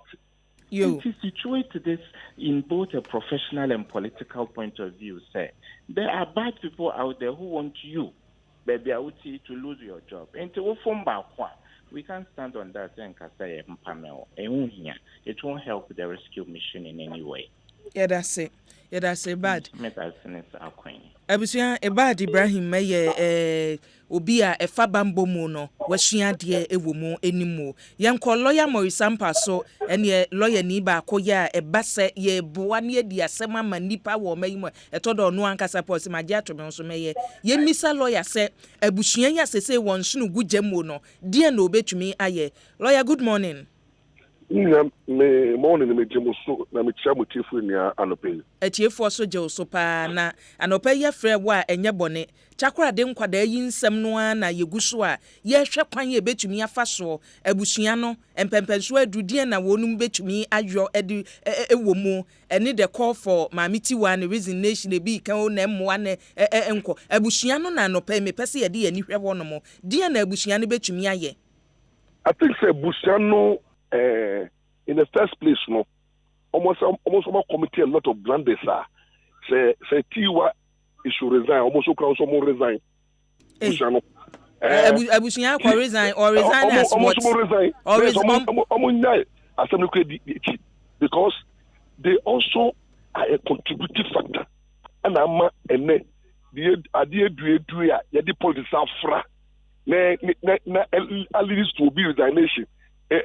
Call for resignation. Leading to a lot of unnecessary politicking and frustration. And the more I am, the more I am more kitty court. Say, Media. A Bushia state a Busha penny. A Busha penny and a Busha spokesperson should have councillors. One, they should make sure say, be to advise them on the legal issues on the matter. No. 2, omenya counselors nyamisunsumo mu na good counseling.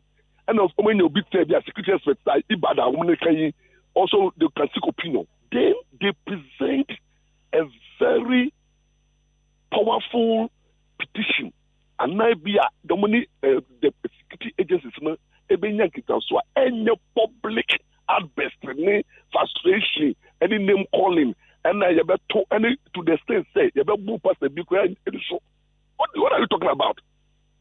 What are you talking about? Obia odina no be kidnapping no. The other lands to say nejuma be say, and not 2 asomobeba, and not 3 when is a politician. You don't do that.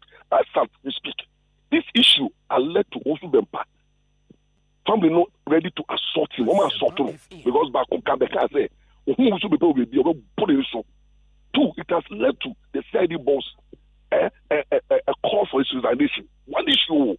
3, it has led to propaganda by the NDC party, as I see, and hiding behind when they say the issue of some powerful when they say case with the CID, and I have funny a Tiwa resignation, and lead to a lot of people saying one thing and another. We have shifted attention from the core duty. It is Bushano should be responsible for all those things. Abusiano lawyer, you say you me bayira me nsunu gujem mako report ye wo police station. Police for actually will be ya ye susu say enkwada no wonim hu bi. Nipa ne yede na ekoye se wo wontumi nkasa wontumi nye sei yede nipa ne bank na say ye twa so adi asem no ne ekonyina wo fra busuafo ne bisa wo wo se obi anka awenkyere ye kɔ no mo se wo aduru nkran enti no sa wo kipu nipa ne in suspense me ba yira me bebi sa wo information bi ama me a dia na wo expect say busuafo no be ye enti do mo ye no results be na achieve there be dia na wo expect say what say busuafo ne ye that you must use due process. And I'm making say you should have sought expert advice. You don't talk about you should not act through emotional means. And now be acting so obi biara be affected no who act away share obi emotional. That's why a lawyer ni so the yiri case is no ko defend no. That's why doctor ni yiri when they say you be operation doctor no onko your operation. Busano move serious pressure. Mo go through trauma and when they say emotional pain. You don't talk. You don't take decision. Ubufu yankasa ubufu ana bibi yawa ubi wana ni obey and then Ebustrano should have come together and sought expert advice and approach to deal with the agencies. This is the first time obi yakida obi ana young obi. Then na chimna mo ye no cash for the bad way. Castro, the man way. Almost someone in I. Lawyer, they are 7 now, okay. Castro, is it the first time? Castro, one kidnap Castro. On disappear. Kidnap it's among any disappearance. No such in your Castro. You won't Castro. Say, and I'm a man who's my next generation. I catch for dinner police for the car say, young chess 7 years.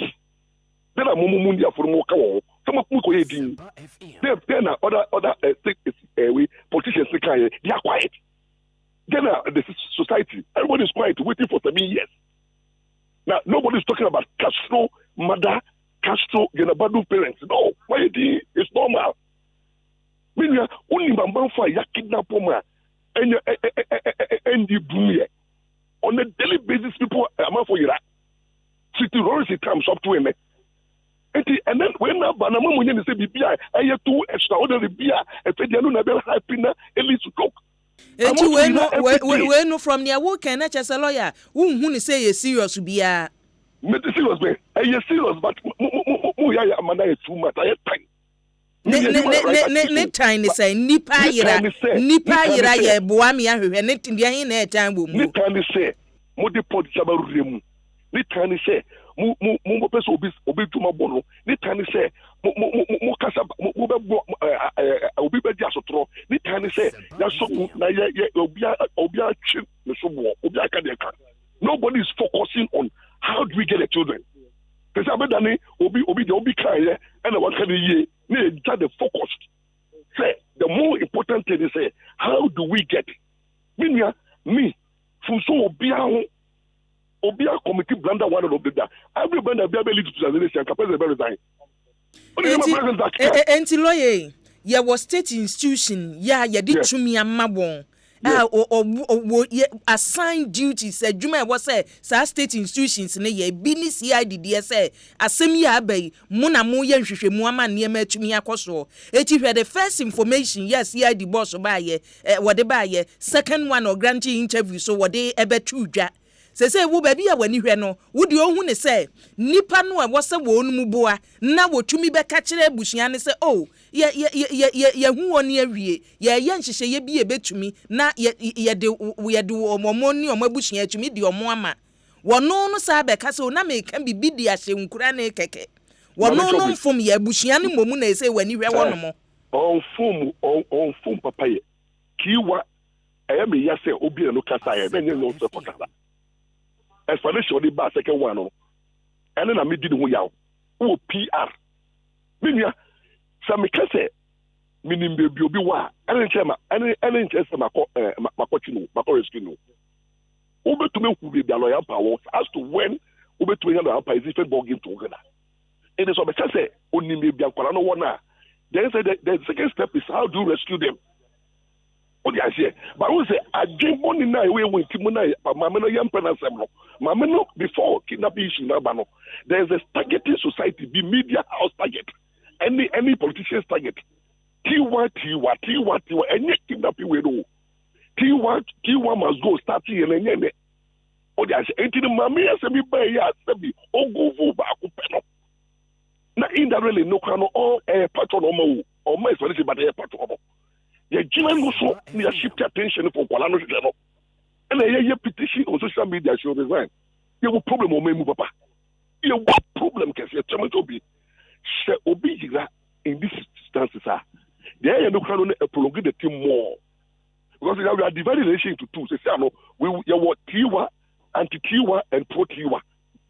The cost of more Ebusafu, and some people in society, Tiwa will kidnap pro-Tiwa and anti-Tiwa. The nation is divided.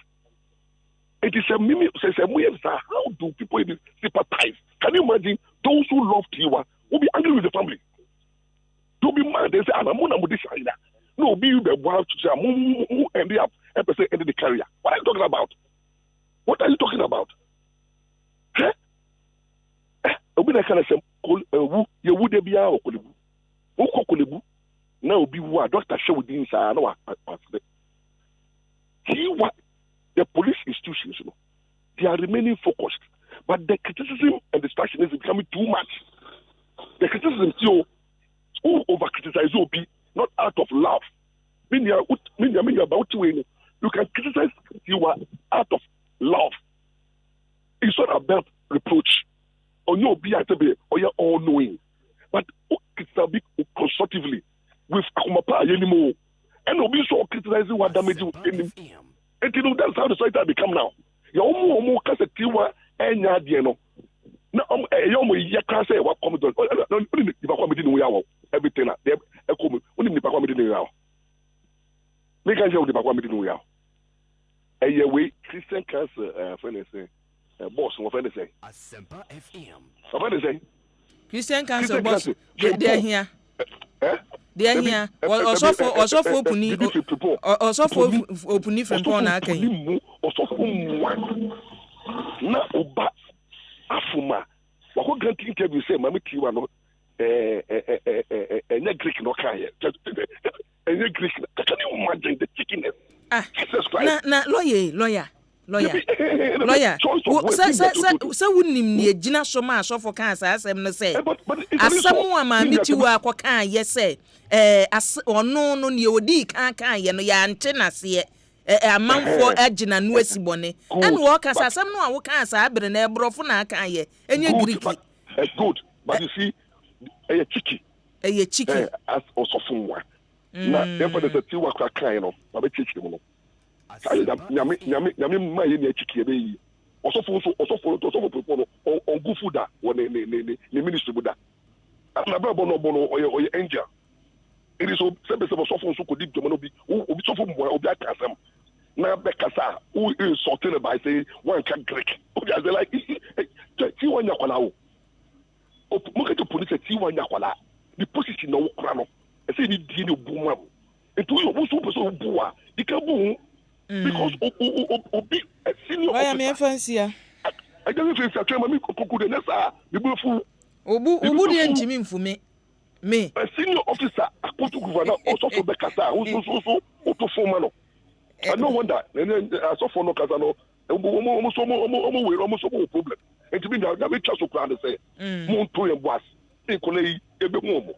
You won't get the because you have the pressure but to see the so but here for pressure is out of hatred. And now, there's scope point. Yo, lawyer who crane no. Lawyer who crane and me bisa say. Abusuafo no nti o muntumi nsiw CID empanimfo no. Ebedi wo se. Ne din ebeye ne say. Usu ni se, usu mo se te. Negligent ana den. Ana usu mo se edwuma mu nyumutumi ebedi. Bo so make to say o mu guso ye. O just ebedi. O ko si obi a. O be bisa o say, "Boni be mpotin na the pakula ya ana fa o be na what teacher o fa o so." And na o teacher fa o so. Is this reasonable say? And now police phone over to approve say omo ye unique because omo nkwala no kra no go jomo and no you so who kokota so the reasonable case cool now do supporting with evidence. Oh, and obi any say investigation takes time. It is a police phone go tell us investigations now because show me because you me ba and obi be show police send the for be police me boy give down for so and the bush be show police.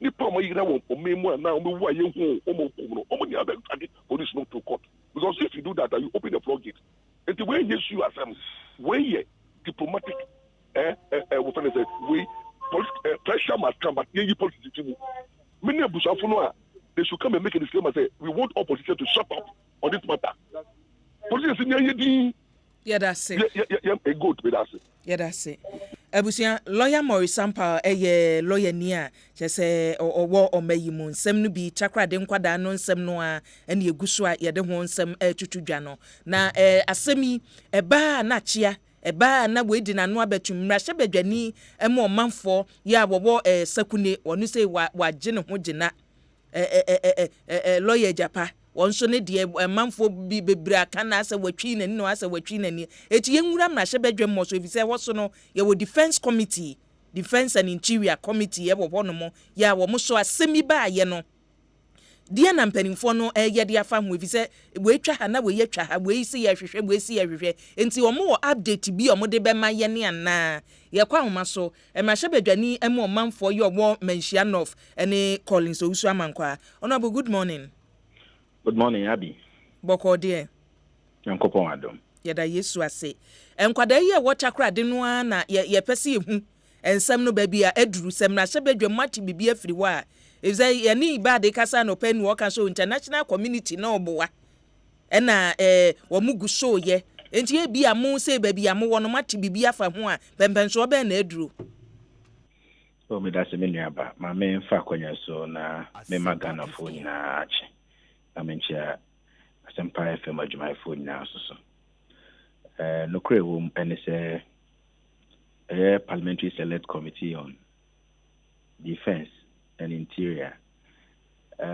Said ye nyina yenim no. Yen tumi no ai gina so de adwuma no nyina ewo Ghana memumra Constitution of the Republic and the Standing Orders of Parliament na edidi dwuma. Now, we are mandated by the Constitution and also standing orders to examine all issues relating to defense and national security in general.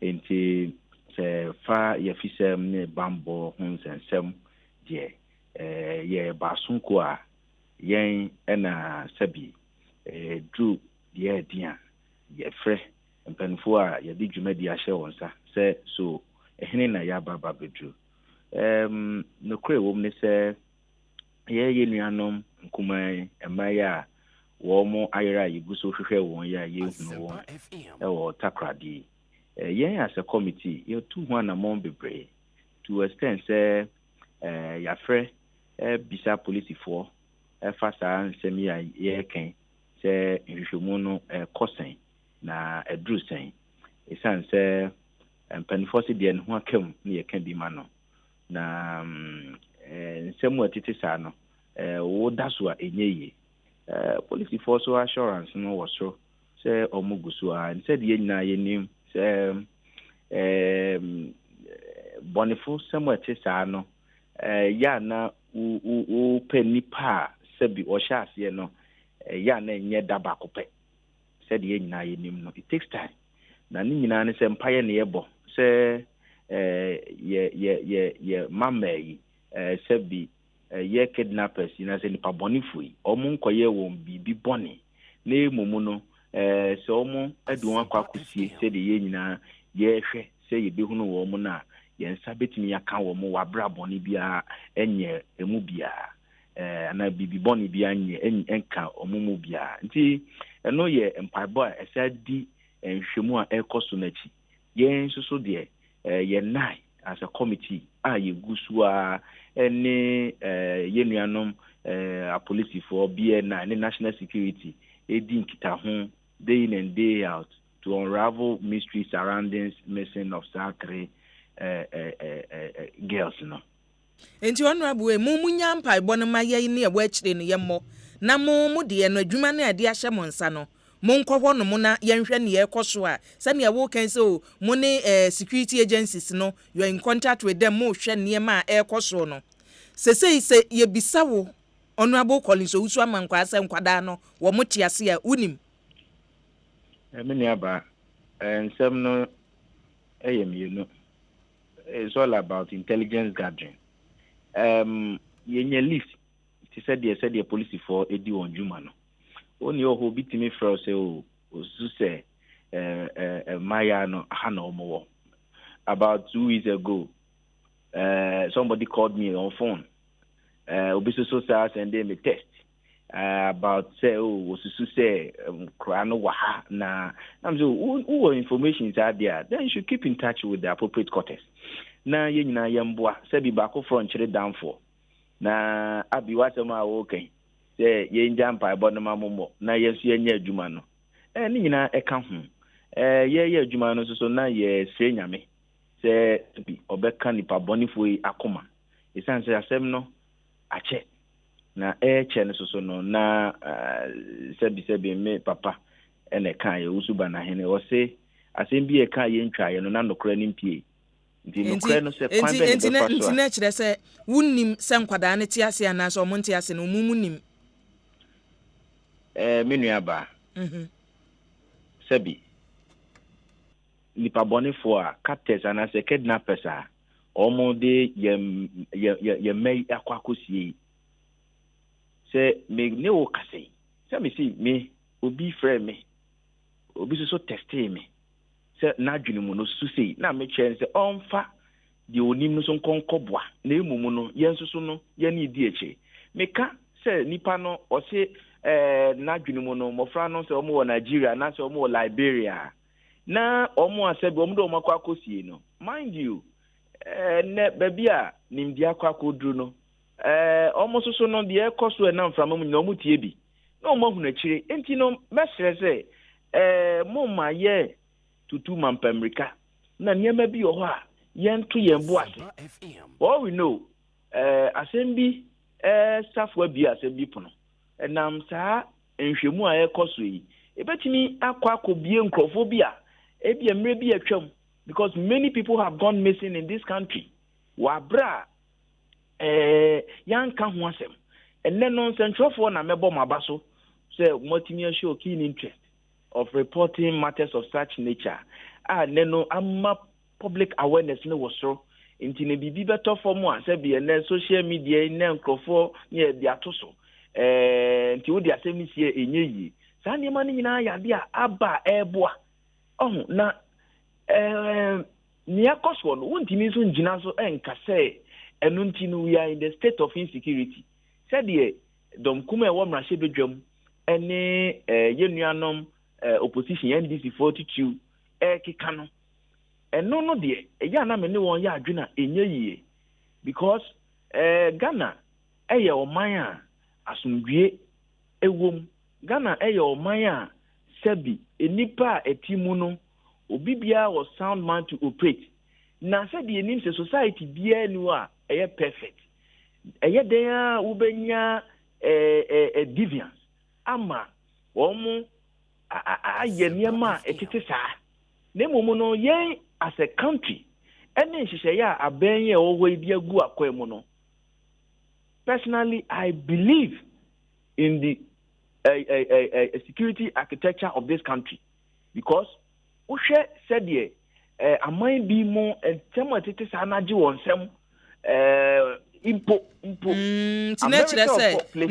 nature say Ghana de bambo na nyi yensem evisenra na metie wunua kane soafo abedi akire ohwe o mayi ye mbambo so James Agaga na sem odi tu dwa say ye tuo yi ananu se yete yese o ye di tuo bebre ene ye wudu o mayi ye hwehwe gina bia obi akra tuo de ba ene ye hwehwe mu anu na wotwe mu amode betu dwa se o da bi etuo no ayakra de ba no so obi di bibi sa beba agese ye ma permit na permit no January ebosome wa bere to abani wie ye no 2016 ena sa bere no NDC for de ma ye no onu mutumi de ba ye enso James Agaga se da bi sabre no ayeye ma permit no watuo no wode ye ka so omfa mra Ghana na asomwie wo mayimu se tension wo manumu tinka wose mutumi hwe nanka sabre no mo ma permit ne se won fatuo no enwura wo manumu if se tension wo mu na ade wo ka so ma na asomwie from my bo abi me pa honorable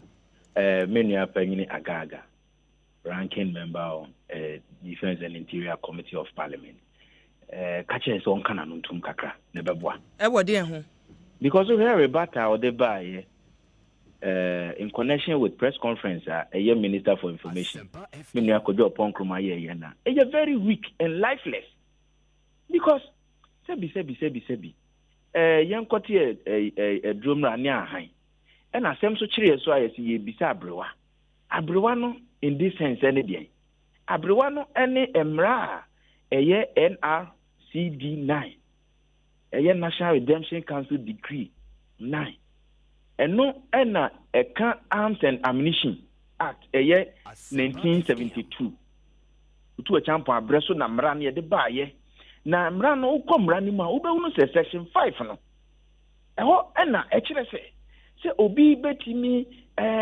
akretuo anaso odi atuo afria akọ amanone enipa owa who kwan say o masa to me no aban. So in this sense no NDC aban and a man yatko company no to me say omo fan kwa krasa etuo no emra eti minia Agaga rebata no de ba ye ne bi very weak enti samra no samra ya wu ko twikire yesesi ano se nipa no ma permit no na se fatuo no bra ye ni kwan bia ye betumi afa so se wodi ade no aba bedru nanso ye hwe situation no e won manumu a ye ntumi ma ho kwan ma wo mfa nwuram esan se ne niam asiko ye ni bibia sa ye wo fam we be ye wo hu me dase na nyenye bia no Yasco company no o si etuo no ye de ama ne de consignment be o si ye de ama no me se me ni aba ma mfa ama no me pachoti enye bibia na ya na ye di tu dwawo basa na ya na ha me kakra personally say fa bambon sem na bi mo de ya mayo sem no mo ke kan sem bi create unnecessary tension. Look, when it comes to importation of arms and as firearms and as ammunition na me ni aba 3 stages. Authorization stage no eno na ye key eno na trigger process no. So the issue of import permit, any delivery permit and no does not take any precedent over the authorization. And minia James Agaga omra bontine na ompache honorable why your point be hello honorable tiemina yankon nkakra honorable tie me na yen kon nkakra why your point bi say ye basa ye kretu aba o mayi mu a 3 stages permit no a ye de ma no say we import the abasa permit no delivery permit e wo ho no mo na de ahi bio e na breben ye tumi si ano kwan ma ye hu third one ye den me nuaba me say authorization stage na no me go to section 5 of Arms and Ammunition Act no ho na to me ni nyina wo to me no e wa ban ho a Ministry of Interior inti NDC aban Deputy Minister for Interior me nua agaga no sign them aban no for the Minister for Interior ni aban ni nyina yen gentum now contract and no money yatko company no ekoye sebi utie nkrof o na aban no be o sa aban ni twam hwe contract ho nsem no wo esusanso ne eka eda ho eno wo ho ana tu sebi answer now betimi import arms ni ade it ought to be licensed obi anka say yatko company no omo eni to me say omo betimi akra etio na emumu no yenhwe botaye si wani so a into omo de koto NDC aban anim say omo pese wo mo edi etio eba etio omo de be den omo say they are into mining and quarry business na me nuaba mining Asempa FM mining companies so Ghana hapa kra na workforce you saying how many quarry sites and a wo mine we mu na wakra 20,000 cartridges including 4,000 hunting shotguns na Ghana abomofo nyina kra na company no be chetu oni di amom eti no wo minister no ni agaga wo trase na wo science idea we no na wo ba be ka kire ye say be 2 years na say be one ka kire say we import answer we import ye na bosome ba ko na say na answer na ba please in any case e ba sa na a process akwa DCID for ho akwa customs also a role to play see them keka stages no enti aban ne de waba no free aban na nkasa as in ministry na Ministry of Interior no process na free ho a move from that stage you know eko anemo eko contract no NDC aban no wasan awie na mom no ade na aba no eno ana me hwe say yen so ye be trigger section 8 of Arms and Ammunition Act no because of national interest. And the Constitution is clear when it comes to public interest or issues that is of public importance. As a so Ghana for the do to say a two bebrebe omo de baba yeden. So based on that ne die aban no e wo to me a ye betimi akasa de na ba na emomu no ye mfa de no e ma. Based on national interest. Etino aban we nai. Yen ye hwese e bayiri ye bambom. Mini agaga. Deal ohere battle de baye say act of terrorism eminent because yen hwe de asi wo Burkina Faso sebi ya gitum say say nipa boni for terrorist ya o mo person mo take over Burkina mine nyina no sa o mo dwumadie no e hya ase no enya 2019 enya 2018 and then 2017. So at that time now, me ni agaga na all signs our contract no. Na onim say yen yan mo Burkina Faso terrorists be akwa attack wo mu nkro ni bi including foreigners or omo akidnap omo. Enti ye no so no na ni ye no omo ye neighbors. Enti omo ben ye. Time all signs adie no.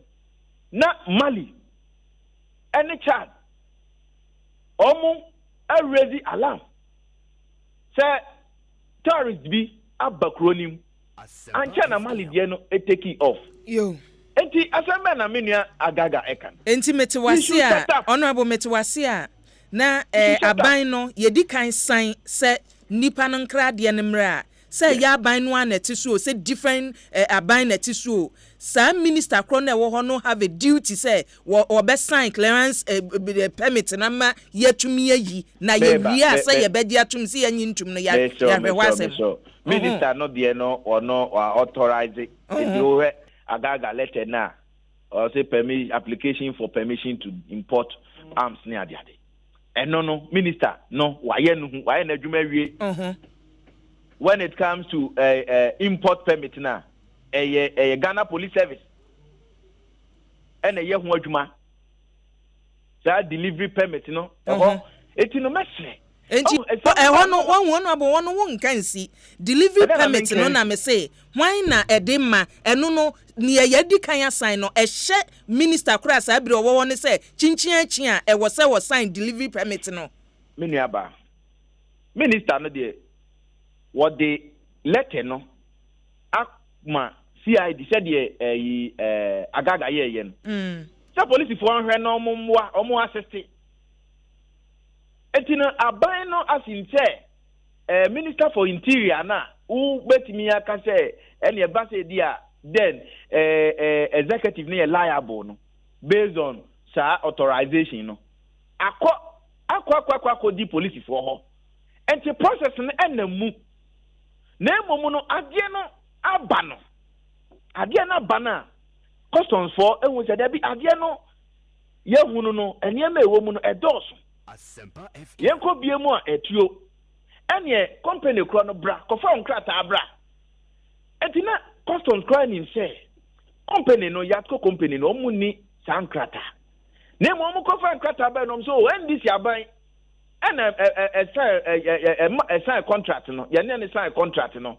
Na ye nkrata ani na minister, deputy minister for interior a sign ma aban no.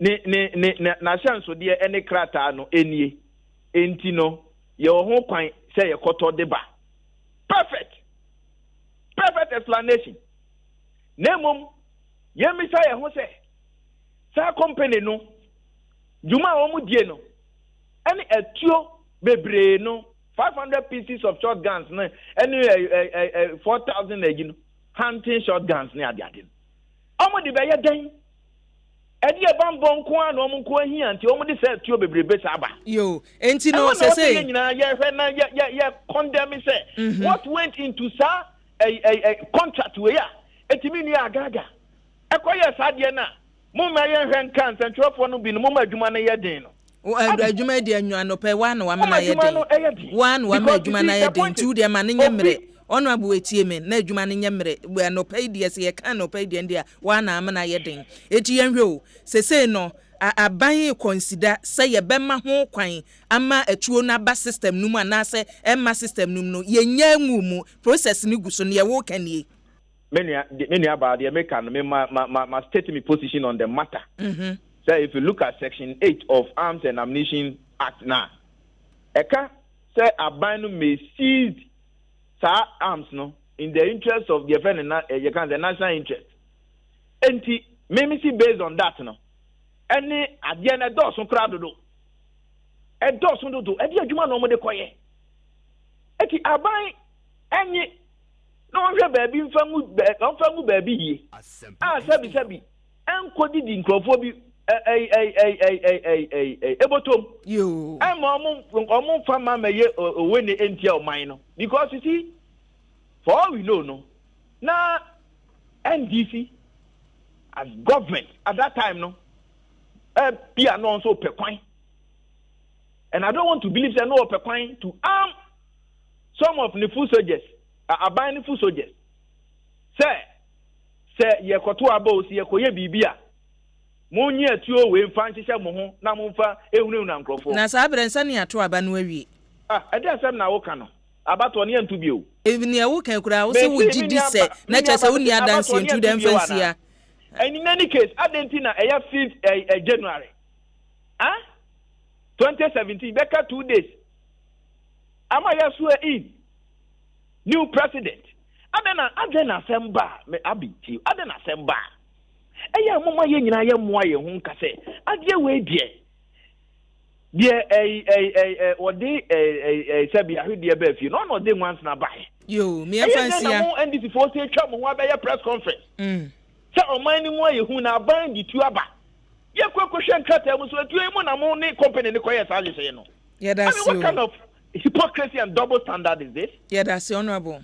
Yeah, that's it. Men that was in aba. Abusia mrahye badwani mo man for your war menhia north onmonyam for Collins Owusu amankwa ono aso na wo komrahye badwamu a committee ye hwe bambo so ene afisem ye bambo so no ono ene deputy chairman ema committee no na ye besra prosifo ye stress police for 8 ye na N1 kwantempo no so N1 highway no eso obi ewu eda so obi ewu eda kwan mfimfini pe yenim seka ne bo no sedian yo DSTV office no ebo N1 no so no ye besre sa police for mutie munru hono na monhwe body no emfa emaye na yenhu ne esipoti na yentumi enyi emu no emfiri kwan ho ye damase semate na mbe ne sa ede amayen no nwotwe abapa sima aduonu ebaako ha ya Asempa 94.7 FM so Kukurantumi dwumadie ene yeguso ayede ebrel no empanina tenase eti ebra yedu so yebekọ na dwumadie no pensempensemu ene yede etwa so ede amawo na ene ye stream live wo Facebook ntu betumi ahwe ye ho ubetumi ahwe ye ho no na wadwenkyere wo de aba body stava se Michael Kwabnapoku mesremo atiefo wo twro na wo de aba bu huni emu bi ye ntwro enni atem se wano ya baby atie na de atena ho no mo a na se wo twro na wo di bedidi atem wa platform no so a mesre wa da ye nya atem didie se wo bonyu bibi so a eni atem efi se wani afi obi twro bi bedi atem a enye ode Michael Kwabnapoku na de se body star va se den asoso mesrew o pese boko akono boko ne no nkono boko why asa pepe ne nyina yakọ Amisa Benjamin de yode about see Ghana politicians ye hu se ne niam asiko asasi je so ede eni asasi je wo so atemdie na bi na ade ba ye no fa wade Salas Sasreku so ede ya wode about see BUI won say MP was struggle defense no na wo bono eso defendi a unhu ba bi efa chasnya so ede eni wasi bi wa ye two bias yo mate minim ba bi am bias no ejina first adwam na so ede eni wasi yesro ni ekoso nkwada ye kidnap won etoda na emi nwanwa say yenko bi so ofosu ampofo na chese Ghana for ye de ene ye bisa ma miti wan ye bisa hwan ni ekoso nyina no mu so ofosu ampofo wa nu ye ode bema Michael Mokeso de ye ode aba o se point bi anim MP wa kasa na me de menhu ba bi a wode efon so ne de ye ode eba no abusua betumi ede wadwenche na ba mpani asi adwa eti ye beto aso ne akọ sabi ya make say ene odronya kon aye krado e wo fiase MPP amanyoko no communication team moka ho ene wukọ takra de so de a odimu akotene ebo MPP amanyoko no emu na eye Ernest Yakumi boga so okọhye hiu afei na wayi ni ti akwatia constituency ene won so woto naba MPP communication team no so oka ho eti mpanimfo mienu aye krado ye abusua ye be hyase na ensem no ye de abremon ten na se ye koye nimu anu no ye twen se mpanimfo aka beba beka ho na ye di dwumade no atoa so de amawo misimu bio police form aye na baby a emu no eda ewo N1 no so no message se ba no chese enye baby emu no da no enye nti ye besre mpanimfo emwa na yentumi enyi free ho no mo animu ya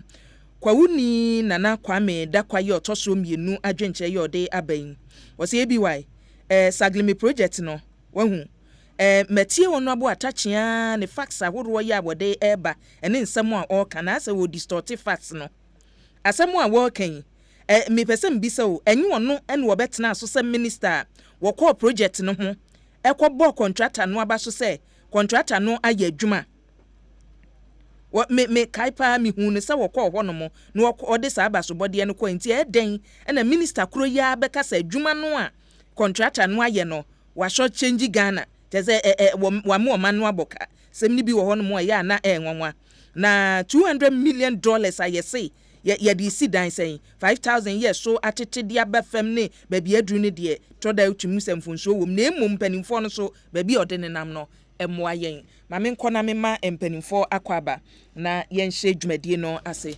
panimfo mo akwaba boko de This one do more now so. Boko na ena so ko hin Bitu kwan kakra bi. Ayo. Kwa juma ne obesi abrabo mu nsensem ti. Be ne den. Ayo. Say dem aba. Say waba. Yes. O beto adwuma no so. Ye beto adwuma so adwuma ne mra. Ba say chi boko de. Nyame adom. Ne wo hono na wo tina no pay no. Say ye boko say nye boko no enne da wanim no. Ye boko na Ghana for na say sometimes you twin same mu dodo. You twin same mu. Sa wo kɔ na nkora yi ayira wo. No kre. Wo ba yesu o mayira sa ha. No kre. Ba say it security a insemasi a abotre ni ebenya. Ana efa bi ne so I feel say maame ne so sometimes as a professional no aya enwu hia say nkomo be ka niama bi.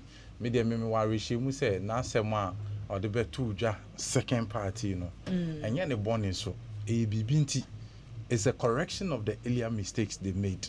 And non say omunim what is going on. No. But pressure now public needed to almost no. So security and intelligence as you know how the system operates. The first time I met say I'm make a statement say omunim baby ankwara no one, I felt it was highly erroneous. So omunim baby ankwara no work crampo in security settings no, you don't see it. Yeah, baby. Ye be kom na ya hweba bi ede eko na ma menko oduronyako so oduronyako ebiwai na de na wotwire obone points money points sane wasia aye busy wo ho no na boko de aja boko so pem for nante you pem for that so see you phone na ya ju phone na you anti ya phone na mo muti no muti akese ne pa den do ti se nkoyi ukra me nwanwa se we wonti ase phone na no menti ase kwa aya o kan mitimi dwo sa wo ya sunani ana so wo ye den me ha sunani odihye papa wo ye dihye no na wonti phone na se wonchi anye so ye den menchi anye so ye chia sunani ye chia sunani oje so se ya oba no ano ye na ye nua ye ja ya oba ya obi ade ena chese wayira cha sunani bia na ye chia wa anye so ani phone na ofoyi nana o sa ye ju phone na nti phone na no enya tintin bia ne watch me dem atiase me so me ya sunani oh nice nti no kwa dobi ye ne tikwo ti se wo bi anim no kre sami tu we se wa on se bia de yi kama pepe ye tikwo ti se wo bi anim me mani mana ho en ana giti anim onka o dia abzabo na ngotwe abapa osima ajionu enwotwe Asempa 94.7 FM so enie ye be hye dwumadie no asentententem na ya koyanim na odonya kuma me hye asemfiri wo so efa bambo ya ho takrade enkwala no ene atuo no nsem no eno na na ye de hye asesum na yenko ebiwai yemfa akonya ye da maya no pedu na yenchia takradefo yebechia nana adodanko ekufo ado Dr. Mahmoud Bawumia ena mpanyimfo a wodi NPP yenenyim na Ghana fo nyina ebiwa ebio mi kotakrade yebesre na ya sre busuafo wonemma wonua no mona ofa so what classmates emimfo bi wa befo won no mu ne de wonka wona akoma to won yem na nyankopon sabi obisi odi okwasia na asema no obedi Ghana for na asema man obedi takwado for na asema man na yenya gidi wo security agencies no mu de obeye adwuma na yefa ye records na yefa hye nyankopon mu ebi wa mekodo I think that my brother we di kan waka oye ye mama tiwa I made me hu there she was just performing her duties na nipa bia so sabe informed ho and as part of her discharging her duties no I wouldn't say there why informed because I'm not security expert. And sometimes, say, any security experts need because I will catch all the situation be bad, or they will put it up some statements na adibi or obema tensions wabafom. It doesn't mean there is a reality. Maybe a beer will get it closer, but we to are good in her duties. Or your nejuma, she's good, but in communication wise, a beer on your good. It doesn't mean the person on your good. She's fantastic. Actually, Prof. Mills or Bon Abado, while rise you through the ranks and we'll be do baby and we'll do. When you're sure there's an or nye obia or you're competent, because she wouldn't get to wherever she is. For us in MPP, young Kasama Ghana Police Service. Inti ya na adwen na yɛrekyerɛ ma waba no. Ati yɛbɛsrɛ ebio security agencies no, they should beef up their game because we need our sisters alive. Ebiwa, me don't know about wo me ko etu issues here about do Temahaboy. Fortunately for me, I happen to be there. Yes, na me ni seen one kasa, but I was called to go there. Ti me call ho. Me call ho no. Na Mr. Abuaji or a preventive boss no. Obo be examination. But baby ma or your down so you there. You see when it oba BB issue concerning the security of the state, sir. You need MPP, you need NDC. And I was very, I felt bad. Now I'm a yo, Honorable James Agaga. Obe no de ma do the politics. Same Jemfi started all the politics. NDC for started all the politics. Look. Se in zamane be no ena senka.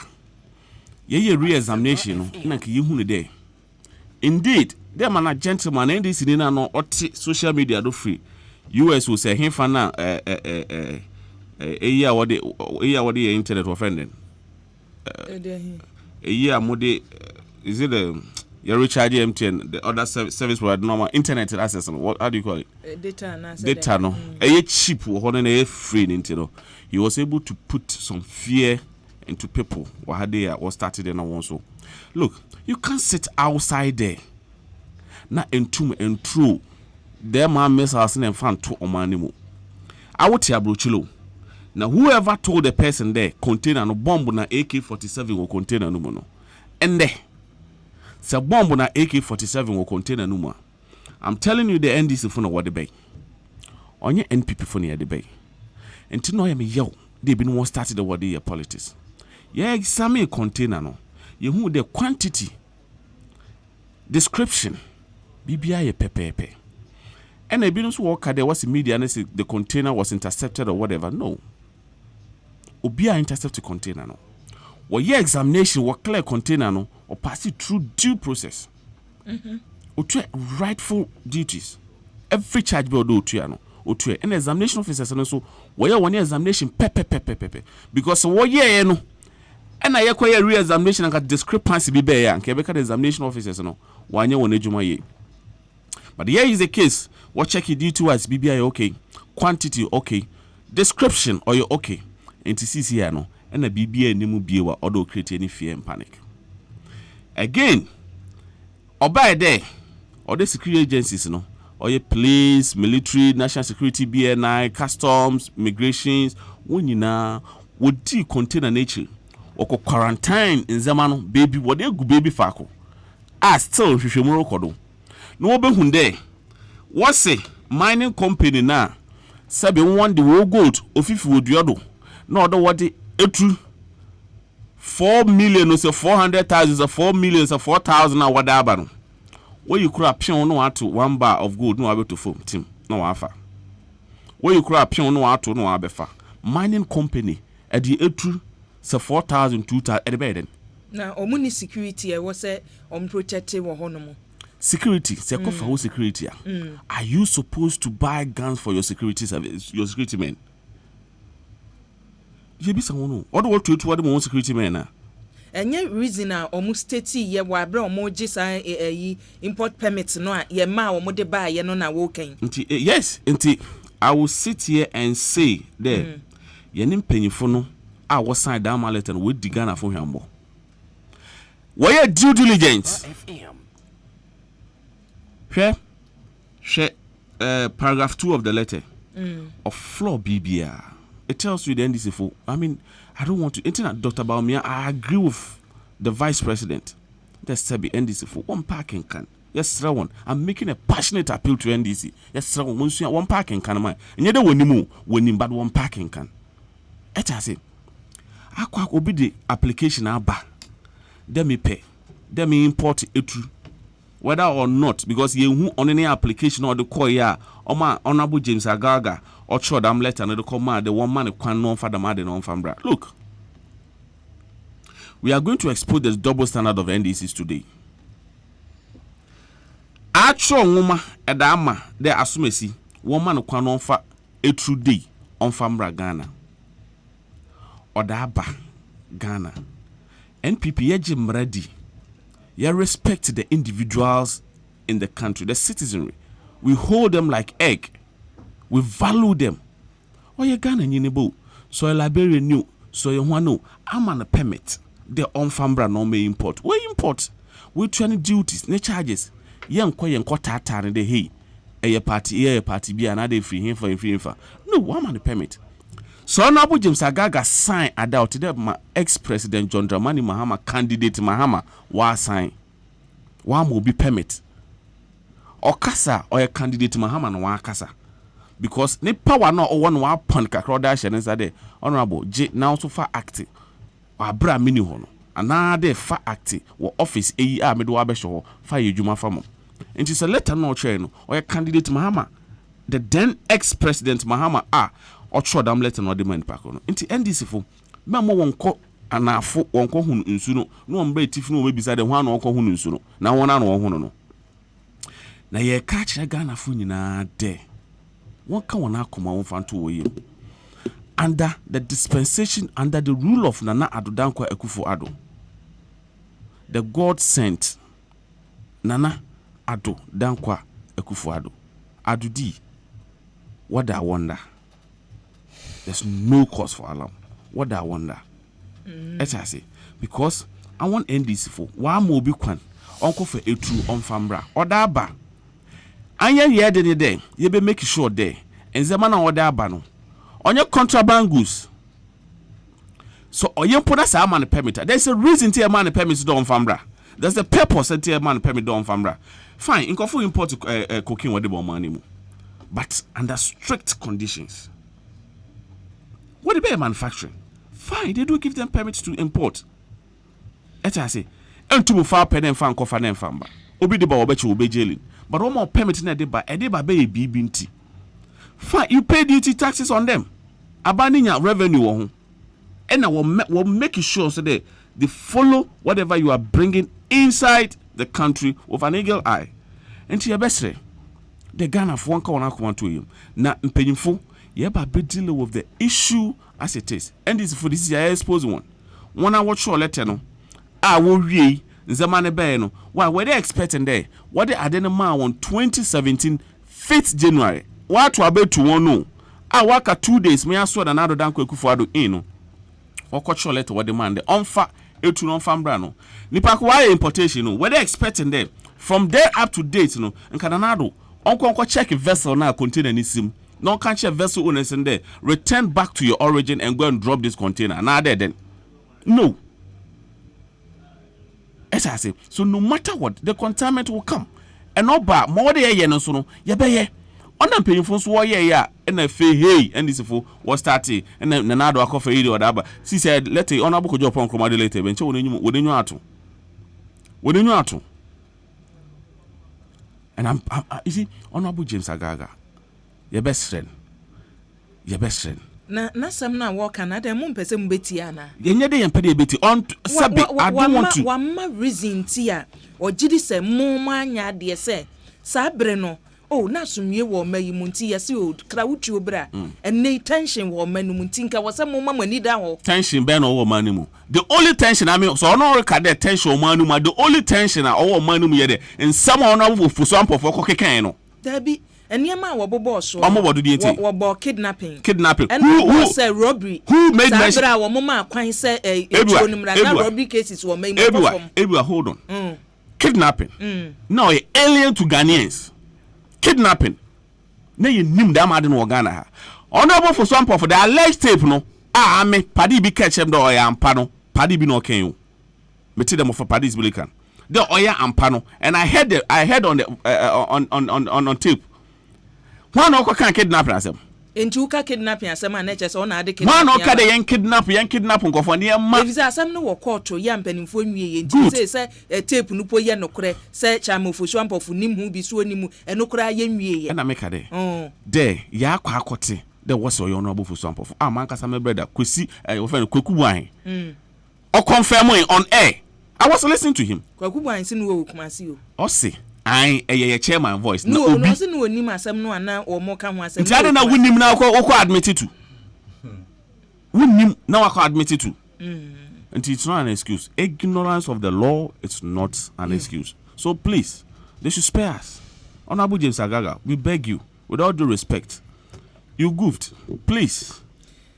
Yeah, that's it. Abusia Odronya ko ene no atwetwe enkomo no MPP communication team mu enwo yenko na yento aso na ansa na yebeto aso na yemfa madwenche ba ko mienu na yenko yanim na happy birthday enkoma Nana ya Hamod kanena wo TV Africa ene ye Nana ya Hamod ne birthday nana baby abo bia nyankopon wonhyira pa Kwaku Buan mesrewa wo bibi kan wo de test bra na sa wuti wudi an wo flash yi de Kwaku miana mnipa no na we ode Kwaku nyabote wate nyabote odo fabra na osofo pani a chese asafu wada no kofa ba waboa ma ne matumi akoso ne abedna gwasanti ase edu se sofo menka ncho se nyankopon wonhyira wo papa wo sofo prophet Samuel Nana Amwaten lead pastor ya wo Blessed Hand of God Ministry International mu abusuani nyina ni asafo mani nyina se osofo kwanya wafa so apagya asafo no omoma happy birthday Bobby Big Boss so teacher mante enwadi we efri wo say akua housing ya mpanimfo so obeye ho adwuma maso ewo constituency level no Ghana fo nyina so me good initiative if say omayi ya nhyase emfiri baabi a ye nuru baabi gidie na wose Ghana fo nya ewo aban nu mu say affordable housing no ebi akeka kawura mu de nanso aban we nu gidie mu obeye adwuma no ni ma obi de no so no ye bompa ye se eho adwuma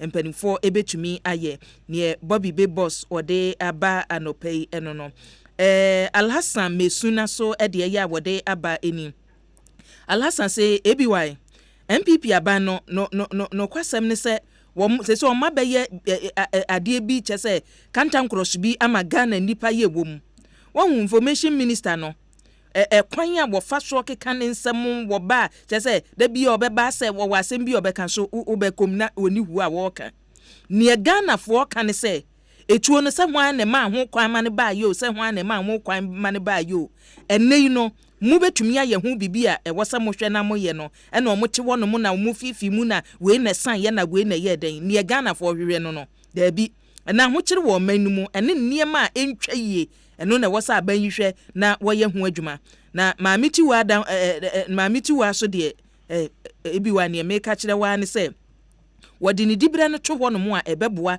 na save the integrity of the Ghana Police Service if say tia oti hoi wo mo apresi adwuma no ba kokora Chiamaka Oliver Kevo incoming MP adachi nyame ye na domo a Afran Plensi nofo wo be kochi anamame Farouk Temaso edie eni wo say nyankopon me Allah wonka abusua wonumu emma miensa ya kidnap wono ho na COP ma mitiwa nokre mess no de ono ankasa na wode no ho atumu nanso Ghana fo nya botre beboa na EIU report no so a ebiwa na watwi mu eba ye no akire adwuma papa mampani na wote so yi eye ene ne obetumi ayede abo eno ho resource a na hyase a eda di no tin kakra ejidie ne sɛ mampani obebo mmɔden na watoa na adwuma no so ne won so wode ban no kwabna Tuesday so edie eni wo se bi why me ho adwiri me sami jamfi wo mudi kan be hu muo na tuo na eba no na Ghana na aye hu no na wo mudi adapa atwa to aso wo hu se information ne hya ase se eba no kora ne hya ase se eba no makwa abutuo sese sami jamfi wo hefa ebi wa hwehwe na bi sansa na sam no ka ye nkyeremu aba enti won samra no mary ate James Agaga no magya no atumu ene wono so ye ne hu fin sei poto nyankopon ka omo ho pa success case senya so de ye abode aba wo se ebi why Ghana for gidie a chese obi abo woni yonkumu ne se accurate information ya integrity die akire wo bi ansa beka na ye yi obi so se head institution bi a na chese nipa no gi wudi se dwuma no e de ahye wonsa no wo betumi aye eti so obi nkoda institution bia no na ne nsem o de betu dwa no nwunan no beka we china no wabeka we yi a you think say nipa no want na se no want to na adwuma so no resignation na wo say maami ya ti wa maami ti wa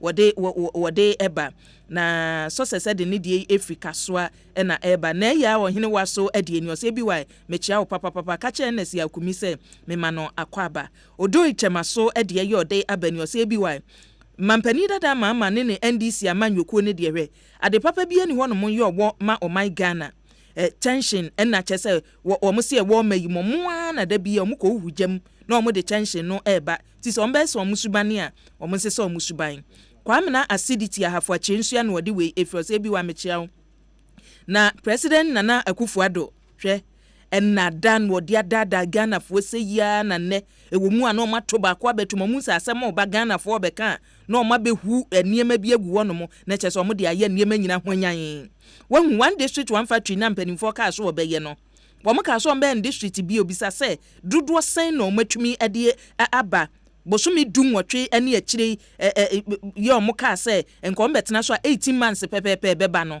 bisa o mo se sen na o matumi aye sada so ena mampani kan se wonum ba contractors on betu o mo ka ne niema enkoye nyina da on besiesie no eno ne yatimu a o mo so o mo de ebu o man no kwamna acidity ahafo achensua on so ne de ye o de ban mamenko NSC akumi so na yento aso ena som ebi ye be chia wetiefo nyina na machia omomutie fi akwatia ne mpatemu nyina so ye chia mo se o magibre na omutie ye Ghana mampeni His Excellency Nana Dankwa Akufo-Addo ewo na juma pa a odi one na bedi echi His Excellency Dr. Mahmoud Bawumia. These are fantastic gentlemen and they are doing so well. Me sure say me pem be man akan you issue ne kakra ana nti men kan be eduwa na yakembe ebi na security sensemi aye kan wan say me ni yenu ama yuma yesi ya kidnapping in the first place catch kwaku say me chia no baby hotel so onte odi kwaku bwa onte odi no ma yenye ajuwa o choro nti odi beba mate na yenu ama no emu ya say ya kidnap yom na me de metima kan say busuafo nya ntoboase kidnapping not to say something bad about them no there have been records I say instances are people have gone missing for like years and they came back. It's not the first time this is happening. Yenyina kakra yehu even Nigeria Chibok girls no. Actually say some of them kept come yehu ebinom kakra. What I'm saying is say ni nyina ye abotre. The incident has happened already.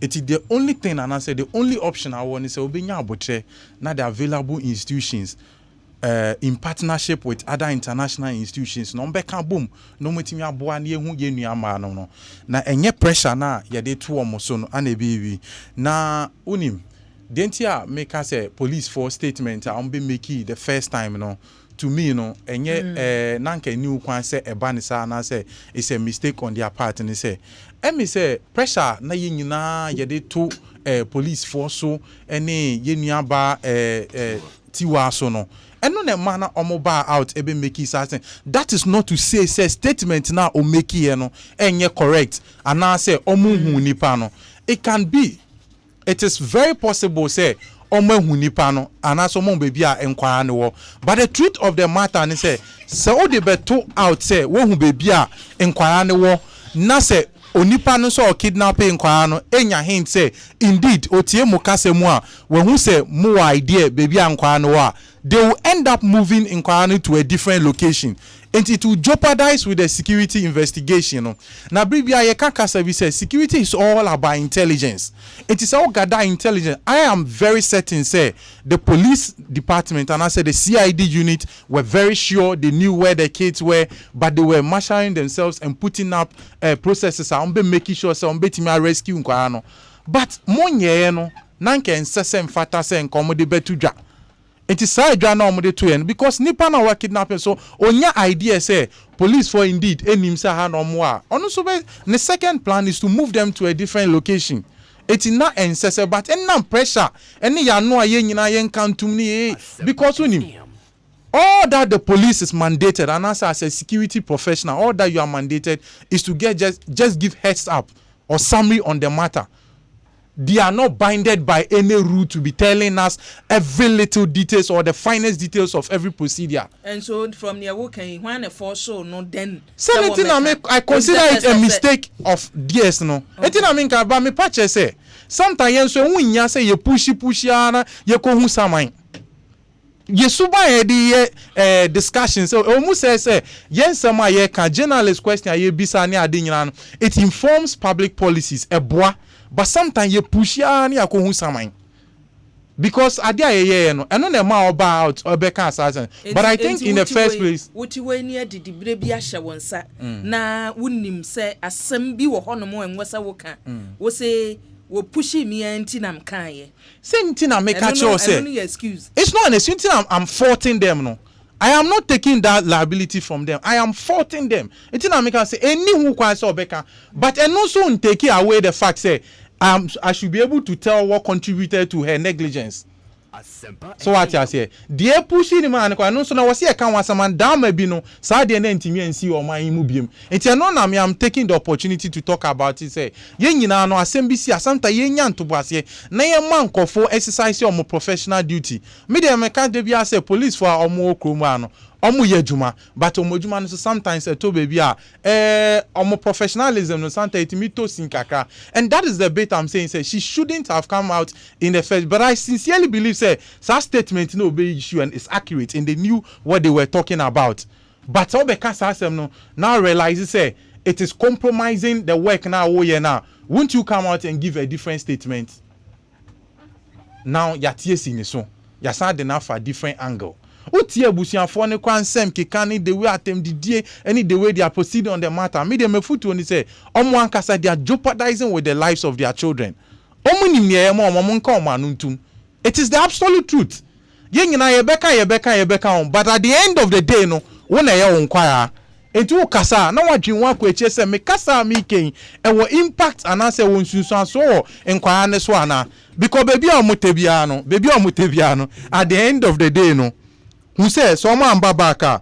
the ultimate loser no busiano and anu na wochi ya mi bae matisi say busiani ba kubi original radio so say your friend original radio so say obebo obi asum ni nsem kekan bi o kan it is highly inaccurate enu kwan say o kan sansem ne kwa obebo obi asum say den one say now bisa question be say as to whether omo betimi asiu your friend is saying, police department na on what merit? And I said, what are the facts in here? You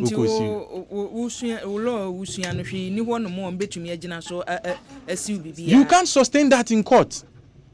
Maybe I wanna wuna dance and about when you wo tunufo kwanya waso ofaso kwa ebi obi benya bibia nyina so obi amano me nim die kaka na mesuane die I can tell you kaka minim no I'm not an authority but they make my catch us say something in law and catch on say wo beka say ebia yehu nkwala no ye bom modern say ye betumi ede wonu mama wabusua na kire wa beka say o na me kasa ade amamobo atomyem eno nya nada enye nada den tie asana me kan fiti asem say wan dream ma so sa asem na obekan I can tell you say they can go to the very extent and prove it to you say indeed omuni baby ankwa no but that statement no be issue no it may be jeopardizing with a juma na omoye no Francis says here ebi ankwai omote ebi Adum TV hanum say and they know that they were there. Omaka sansem no say me now I'm keeping them there. If I realize say indeed they are closing up on me based on some signs I mehuna, I'll move them to a different location. And that is when the police will realize say Ejuma on my no to Ejuma na say. Ebi I'm telling you permission security nim there kakra me ono. I am not speaking he say a raw person. Kakra minimum no I can tell you say the woman whatever she came out to say in the first instance no maybe truth. But say no or kasa there no to make sure the work they are doing progresses as the way they want. Because if you portray to the criminal and say unim ni jumedia odina han or wa obetena say you close up on him. The little intelligence kakra my any research kakra say security in India misma obtain. I'm telling you say the woman and the police CID know what they are doing, but the statement they made in the first instance is compromising their work. That is why she's changing her position. The attack now, yeah man, is unnecessary. Now the other side of the issue they say one issue we see now other people are now say in this in the jump into conclusion say we are in a state of insecurity. Sometimes you ask yourself, I na message say moon semcho for the da mubenya yenua James Agaga radio no so mumbisa ne mame this specific question. What are the determinants for telling if a state is in insecurity? On country. Enti na wo ha say no. Dien na ye gina so kase or maybe situation no ewo mu no state no ye wo insecurity mu so definition it depends on the number it depends on the number of incidents of crime and with respect to the various categories say kidnapper how many kidnap cases are we recording how many robbery incidents no are recording how many all those various incidents how many of them are proportional to the population of the country and now be determine whether you are in a state of insecurity or not. No. Say Ghana with a population of 30 million. Yes. No, it's not. Oh no, that is not what I'm saying. All that I'm saying is that you don't just run into conclusion and say one incident and I say two incidents because say we are in a state of insecurity. Time now you all my way when I yera Ernest, near who can one no bo be so say oh sa brenu a wo da yemfa nkosi tuo de bobo an me ba tuo ni mai enu a wo kan say yes sa brenu na ye gitum mu se o mo mfamra no na wo mayi na ye kidnap wo it's a joke tie sane me kan ye kidnap wo bia me to so mienu na robbery cases no na wo fem na akosoro niema mienu we wo da fa two we wo da to mani we ma fa two we ma me bisa ne say kidnapping kwa na base and I say robbing kwa na base adu be determine say ebi o mine heyo and I say boni bi wo o mine mu ana yeni kroman na JB Danko edu yekobo ni tuoku no oh please yamo anything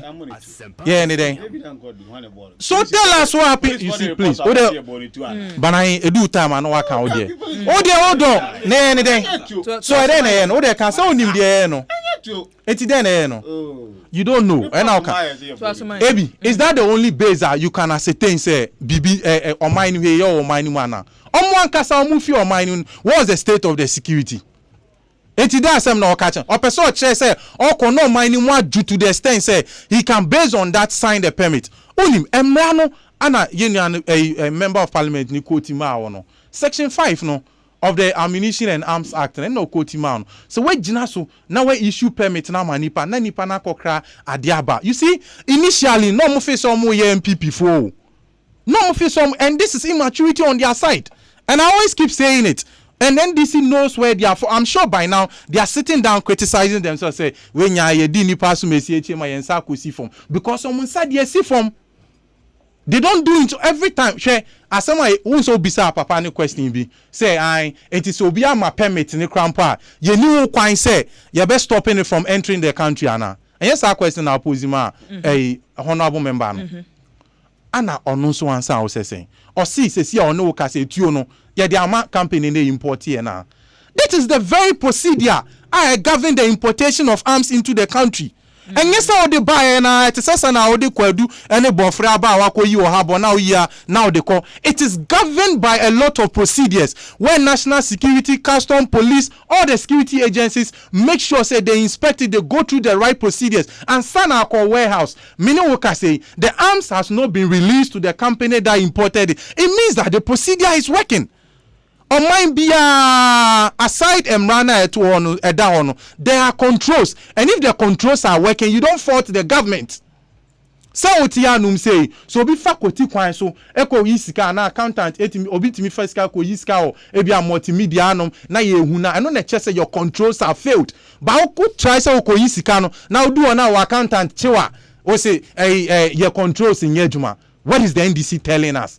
This is lack of intelligence. I don't think there was proper introspection. Because we speak to you, no. Arms, no, it's still in the hands of the state. And today I say no more catch. Oh, they are not to me my catch people, and I keep repeating it. Anytime I'm a bad video, so I keep saying it. When the NDC is in opposition, there are two things you should expect and they will capitalize on. Policy analysis. Any knowledge and ability thinking behind the policy be about a best shift Ghana for life. And the idea I'm face a buam winning power. Two things. They will capitalize on tribalism and they will capitalize and try to create a state of insecurity. That was their style in 2008. Go back there. I keep referring to them. 2008. Obiakra a crackers no sa de na moto nkwane to brunya no mo friend same. Knockout ni sani amano e dia begu ni warehouse e jato machine omo catch MPP for na cover bomb abegu warehouse in the end of the day omo your investigation then about and it's such things they are going to capitalize, they are going to make noise, they are going to misrepresent it, and we must stand firm and vehemently condemn them. Yenja omo kika sansem no amen to Ghana for asum. Yeah, that's it. Abusuan ye be kwa homa so na Kwaku Buahin ye deputy communications officer ma NDC amanyoko no Kwaku che se odonyako asem a woka de fa na asem a woka ye wa abra chamofuso ampofo nsem no eba ye se wagitum mu no ne eba Kwaku sinu Kumase enti no ye nkwa homa so na Kwaku asem a wo ka no se clarification na wo ye efa asem odonyako e kan ye ho no ye ne no entwa so emfi Asempa 94.7 FM so enie ubetumi ede wadwenche abadwumadi no eso sabri ya make say ene kwadwodankwa adrufia sei sada so na banahene so ewo fie ha NDC amanyuko no communication officers ya bonumu ewo fie ha ye ne won ebeto adwumadi no so akọ yanimu eno no yeguso Asempa 94.7 FM so enie Michael Edu says yakwie me ka kire NDC amanyuko ne say asem omo keka say sa abra omo wo hono na robbery no wo fem na nti na omo ematuo ne baaye no nokure bia ni sansem no mu NDC fo frade ye so no sa abra ne ato abawie no wo mo se no magi mu na security no dana kwamu dadin en me ho adwiri me papa yenko ne ye ne Kwaku Buahin to aso Kwaku minia machi o ya ni o ya iseku ya obomodin o say the thoughts where you make Saturday say memenda kwa abutu class captain mu wa je class captain na fluminsa wa wuro mpabo ani say ukofiada say fiada memenda na kwa abutu na ensam a ye kan ye nya ne nte say wo se wo bibi efamu enokure minia oduro mechia no ne kumi ene minia banahene ne kojoda kwanyina minia kan bibi se me megitumu wo be bi se na me wo meeting na se enye nokure eda menkan wo be bia asemu ameka ye ne se onabofo so ampofo ana oba besra ye wo meeting ase nti etoda na oba me wo ho asemu ameka ya no na also kan say eya wo besra mo na etoda oba eba besra yen e wo ye meeting ase but mean to mean kai eda oba besra yen a enu nti o kan sa asemu because what aba besra yen no oba besra yen so a ne nsem a wo kan no aya na ye nije asemu ameka ya no na kan wo ba bia da the meeting bia yeti tape bia pie a tape bi ne namono sa meeting no na me wase enti Kwaku wa abra wo ka se minu abema bisa wo se Kwaku eni no wache asem no wo se chairman ne ye boy ensam kura ma no na dia ana wante papa Sane no a mete yen be seconds so wo no obi bo tape seconds kirawo na woni mu se ne se wo chairman wo chairman so wata ba besra mo sane no wate no wo meeting mu panya any reasonable person bi abaka sane ne yen chairman ne we me pachen ba man ka se sa asem no a wo so ne nsem a wo so ene sa da na wo mo so ba beka sa asem no na me wo ho nka no ba bia because this year cry meaning your meeting this year yeah or my meeting me wafe and meeting nti menim time clock we meeting no a omokoka asa asem no ba meeting na me wafe a wa ba bie die way back before December cry and sana me ye ba di bo nya we meaning meeting dia nti me nu akumi enye kumia ye odonya ko na mi bisa se ene no na chese wo prem ho kasa ya na ene a wo so te no 1 second no enye se me pre me ho ona bo fu so ampofo yo bi a me na ya djuma che se me da sore na se obi si 777 ona bo fu so ampofo wa ye se ni ya mi a me ni no the first thing to do is me defend no crant na ma pre ebisa tasam na no crant na tanya no crant minimum ni sune ne ban na minimum de obetumi aye ene de ontumi nye na minimum ni politics a why draw san some bi sa ne nsema de for nipa na egu nipa ni mase no na bo for rampofo ebi nto ne da enyi ni na amafo a adwonboni aba wo mutirimu a bia o mu pe nipa se no a o mu be se nipa ya kotwe bibi na ya keka bi asi ani ne atutu bi akone ne ayesi de be abegu penimu enu ase a menye chocho na bo for rampofo the politics are why you be do baby a word why be me here permission crafting what me defend no if you me no me dia why yen wo me mu a ntina me sorry ya me ka say me dem na committee pen and then some sisi ya no nti me kan no baby asa me lawyer file almost friends alibi say your friends alibi na lawyer no wan cambro for na nkyere wo alibi nti o ama file I'm no ka say many information crab be for me chrome say a police for na ko busa enti dia ka ne de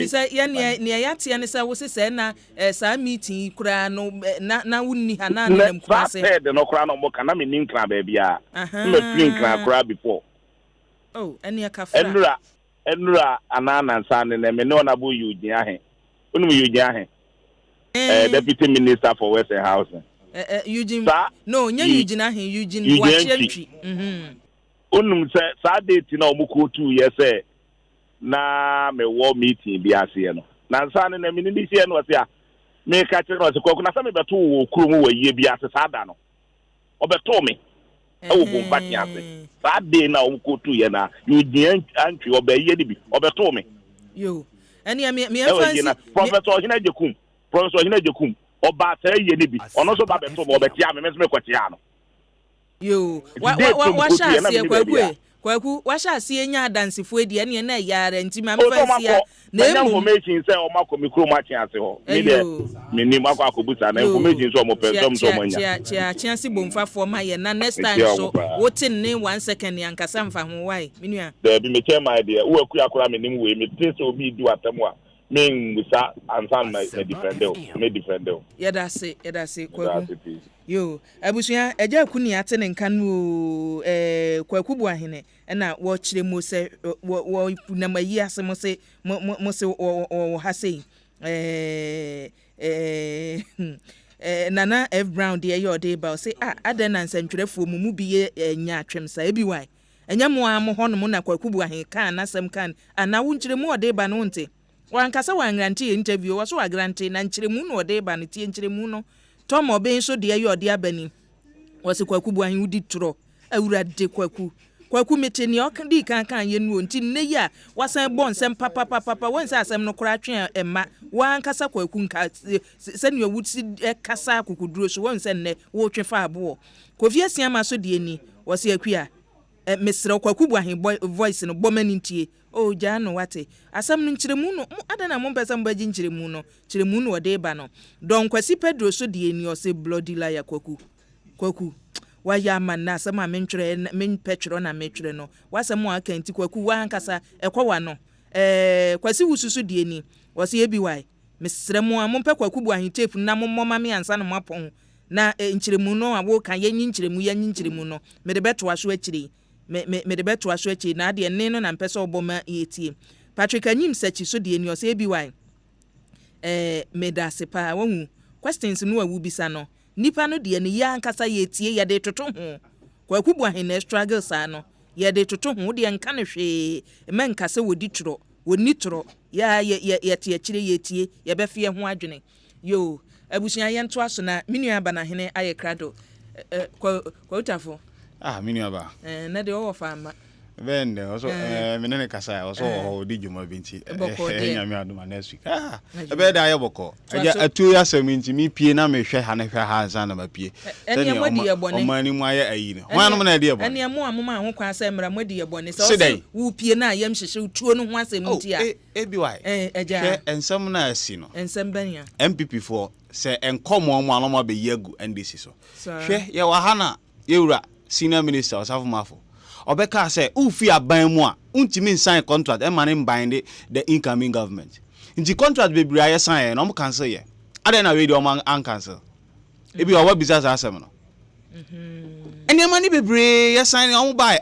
Ye ni kroma no be chese o mo ye road audit, housing audit, financial audit. To the extent say if contractors kra sika e betua mo no. Ye si ye ntua ye audit answer. For 2 years ye ntua om. Aden no de omo nka se eno de say na etu asem de aba no de wo say yi go and this is mukura na mo san hweta ma ye san ye anytime a consignment ibedru ye nye 2.5 years ni pono so ni tu ni de ahan azan na eba Deputy Defense Committee chairman na say mo kan ye say processes e komu no ni edikan mama permit na wie we ya buy it's not like ye jaya manipa kro no enam ne mra kwa so o mo hwe se o mbe jamu kwan ye wo so o mo de fa so nti o mo nwie ne o mo ye na comparison so a wo ye Osafo Mafo de comparison a wo ye so se contract we ye permit ana dabi ni nyina kan se wo na wo cho ayi o kan permit ni nyina kan Osafo Mafo de no kan okromu a Okani nyina. Sa wo state ni ukoti ne dia. Na me de kire se aban we ba ye no. Bibia na NDC aban ahyase ne ade no mu putu stop to it. Say ye mfata abo anto so ko isi e be ye nhwemu awie. Na if letter ne kra agaga kire no de ko hin. Ye CID no de ko ye. O ti CID for na ema ho kwa mo ma permit. Nti onu kire letter no no akopɛ ne ba bi atra. Nti CID na no mo ho ana ye nua ba ti wa wo ho ibi. O mo na ma sa permit ana me boa. Adena interior minister no buy one advice CID ni se mo permit no mo de ma Ambrose Derry adena one advice of it teacher say mo de ma hinfo CID company no ayatko ayi na ayecho letter mo de permit ayaga letter no of forward to CID ho na obenya sa advice no approval we no mo de akokra ade no ochiro koma eti so mo ama no a omo hwemu na se enye papa omo de be ma no agaga ni who to me so be man license to go and import that nti agaga ni oye na ode ni signature as na no ye dey be onu wa twa koma police service na ye CID department nti CID department no be issue permit ama ya ko for no de akokra this omo hwemu na se enye ya agaga anye bon ni dia oye ye no wa ye no administrative head nti ni dia ni so be show administrative nti sa nti ugo create kwa ya hwe criminal records ni ade nyina baba na hene na mu mienu be kasa bo mu ana Dabi enkasa mo wo boa me yo microphone no ba ko na kasa gu mu mini e boa me ohu enti no na chese agaga no a wono ye administrative head ya wo kan no ade bi a mo de bebre no bi a say yes enye no so omutu no fo no no ankasa wonwene ho bi enti on de ne dia answer Dabi se agaga tire no se mama ne license onko issue a ene na nka ye asem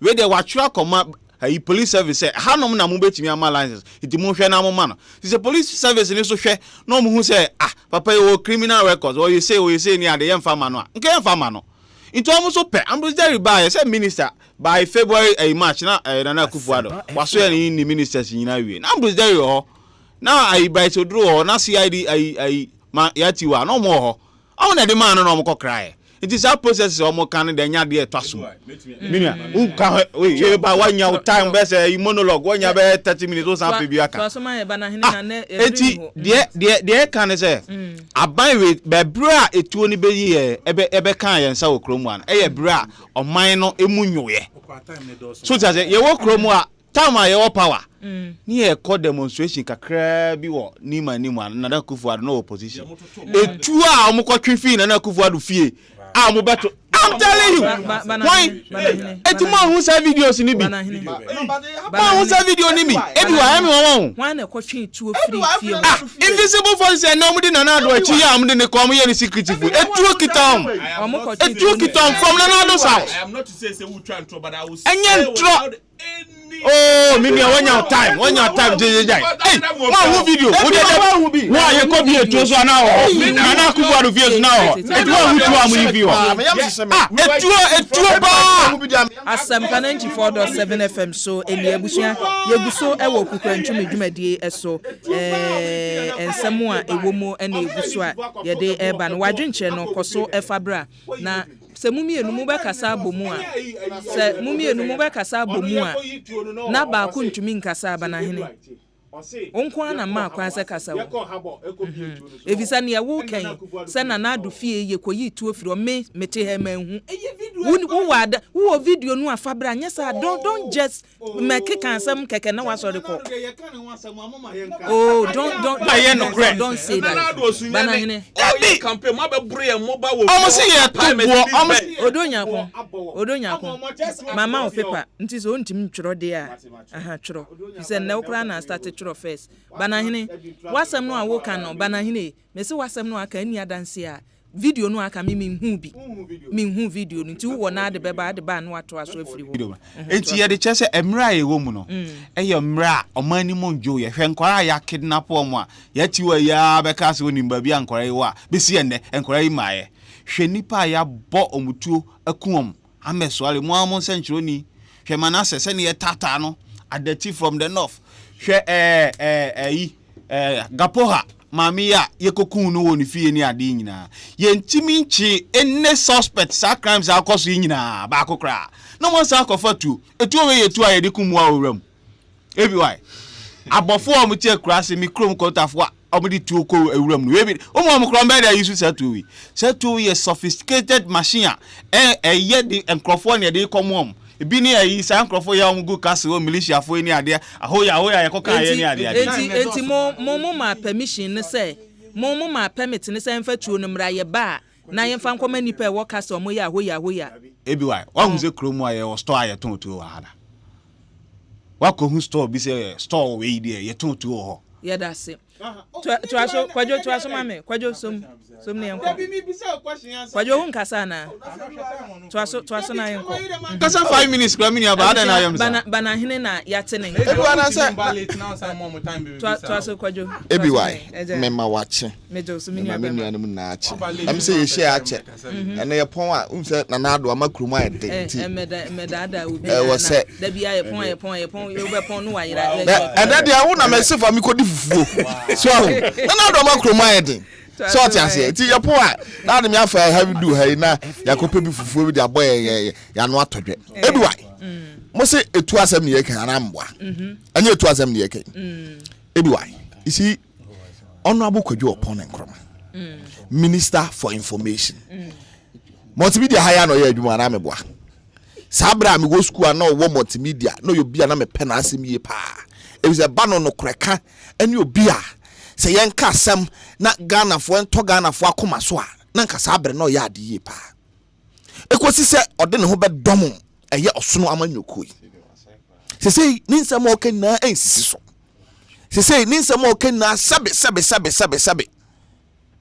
eye tese eye kontompo sam ana oka ye hina ye kontompo sam o kan meba nyabotre ebrinim eye minister okofa nkrata bi betudwa se etu a yakra ba kurum ha no se etuo no eye etu a ndis apenso ne ma eye permit ana meba me pa chon nkrata o de buy it was 5th of January 2070 ana meba unim se etuo kra nso permit e di men se ma permit e last within just a year me pa cho ya we In any case, sa letter no the buy no say James Agaga na tro sa letter.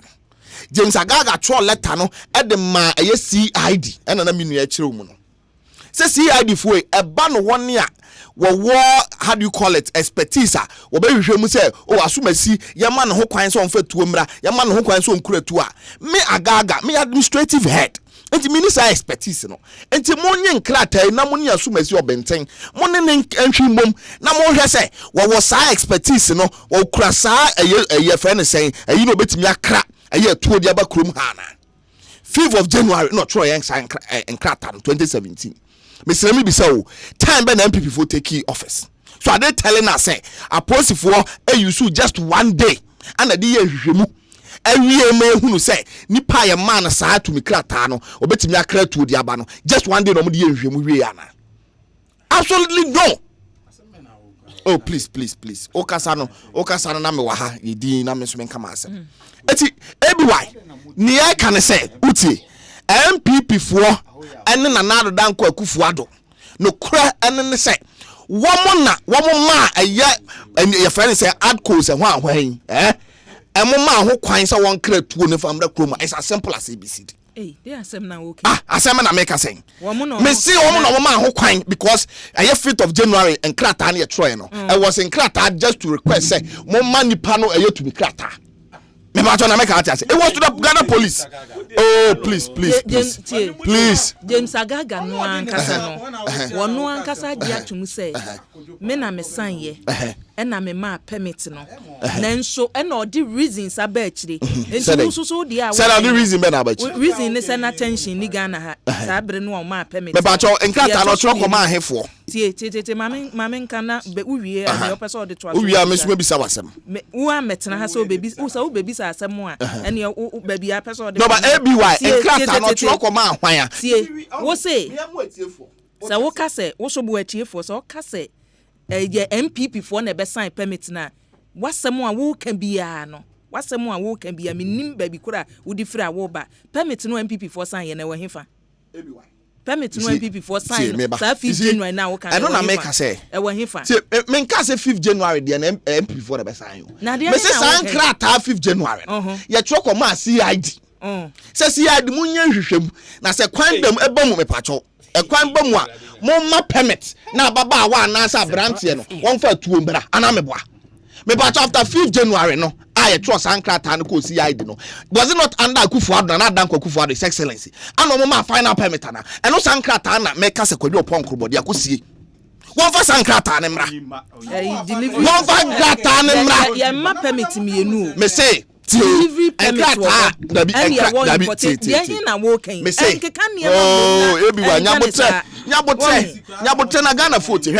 Enkrata eye Agaga etroye no. Oh please ye mu atifo as enkrata Agaga troye no. It was 5th of January na meboa 2017 na ye de enkrata well enkrata otro koma e friend say CID say CID me pese mo ma e friend say dumakuo eye tumi enkrata say wo mo fa nkra tu mfa mra it's as simple as your friend is saying send your friend no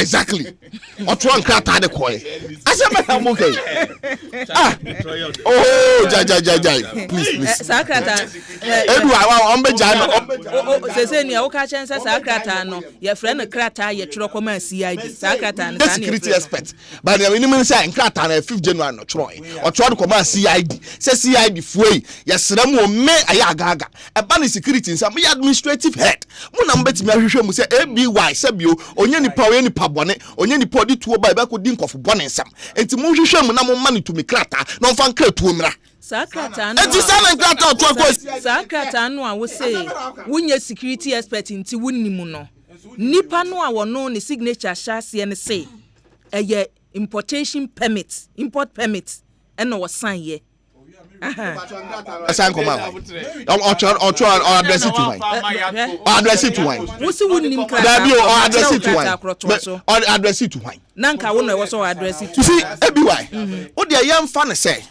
ye nua panyini Agaga empo ye fa ne sa o ba ente sa yam fa so no ma ye tumi krata nso mo nkra ye atuo ne mra You see saa time ye ma tumi krata no ye fa ne sa ye fa ne sa time ma tumi krata no na Ghana sebe onye ne basabasa enne sebe watim waka me ni krom ha wo na ni krom ha wo enne he kro aye wo mu sebe unam krom kro na sebe woto wakoma eda woto hwe amanfo aye kum wo mu krom ha no sei hwe na dan kwakufo ado ba krom ha tension aba krom ha enne nipa timi fa blog no da 23 so say Kofi kum sin obuo nie because na do be ye omanpanyin na yetumi na Ghana for sabe yesu ene friends security atonso mu enti ebi wa wo de wo hu bi ana hwe maamefo ya yakoche omumai ena no no mo eye TV so omu charge sa adan na eti wa do dan kwa wo yesa eti sanya ma we na ekoso okrom ha na ni na achi sabio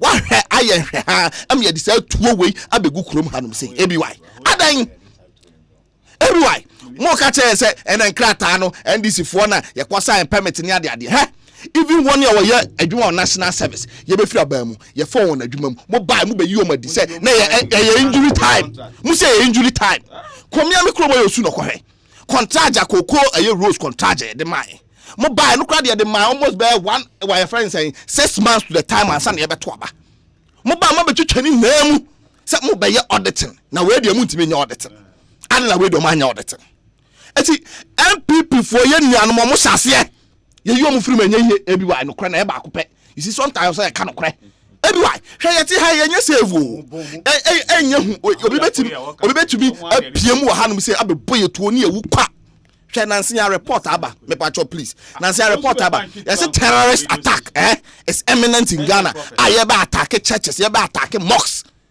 eti say wono MPP as a political party ene na nado dan kwakufuado say ye wo say permit wa wo na wo say ama permit the ama permit na permit no say be kroma ye hu a e den na wo so wo ye e wo so wo twesan ana me boy bi wa na say omum fa tuo no ma nipa no omumfa to ni ma ni pa mama ni pa na de akratu na ba omuguso ye nhwehwe mu mama ma yo masa ibu aseme na okay aseme na okay your friend is saying steps panyini ya ya chi etuo no wanti asema na steps panyini no ka you see edin pa wa mu boy steps panyini ne boy ene ne won krata no so different you see I'm before one slow mo sabi unyini chewu one slow mo ye kan po ditro ni pa wan kan okre ni e kasa kwafa na bra na wuhia menua friend say kumi na usan ho kwa na wadi Ghana fo abro ene oduro na wadi Ghana fo abro ebi why woman kan okre ba ku sei omon kan okre ba ku sei oh na da san de na wuye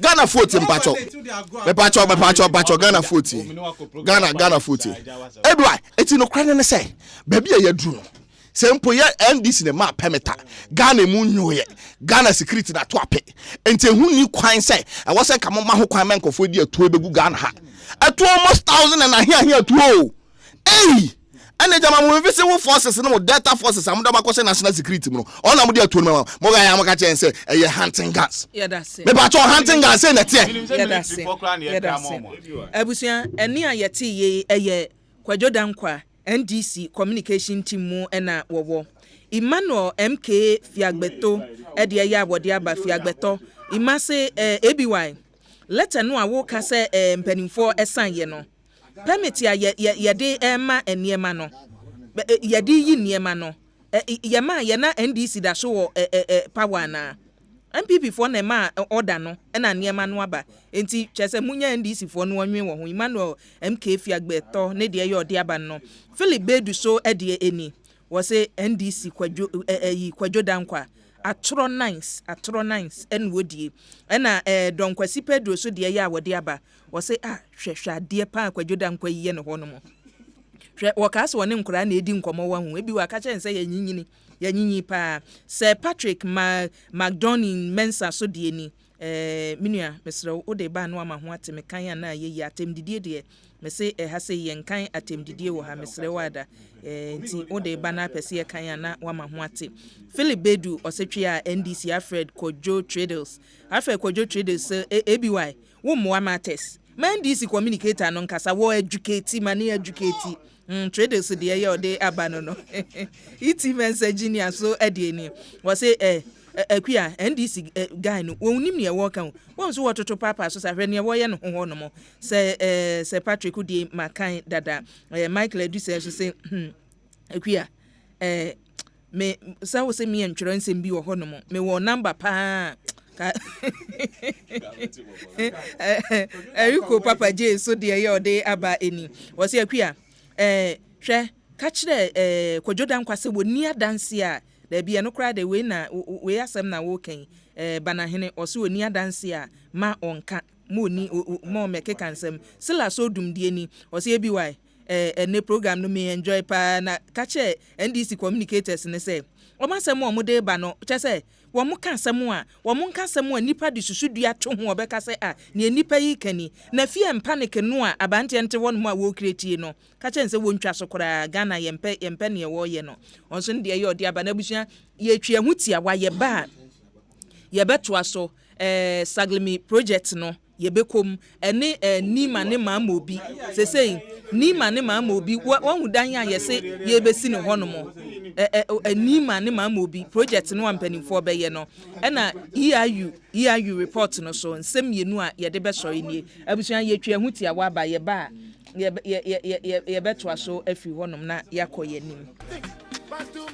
Do you need help in engineering services as a financial institution, real estate, a bank, or residential area? Then don't look further because Echelon Engineering Limited is here for you. Our services include electricals, electronic security, CCTV installation, biometric access control, networking and electric fencing, intruder and fire alarm systems, commercial electrical wiring, and other services. You can locate Echelon Engineering Limited at Kisiman opposite the Puma Fueling Station, or you can call us on 024-385-0217 or 030-243-5043 or 055-145-2182. Echelon Engineering Limited. Performance assured.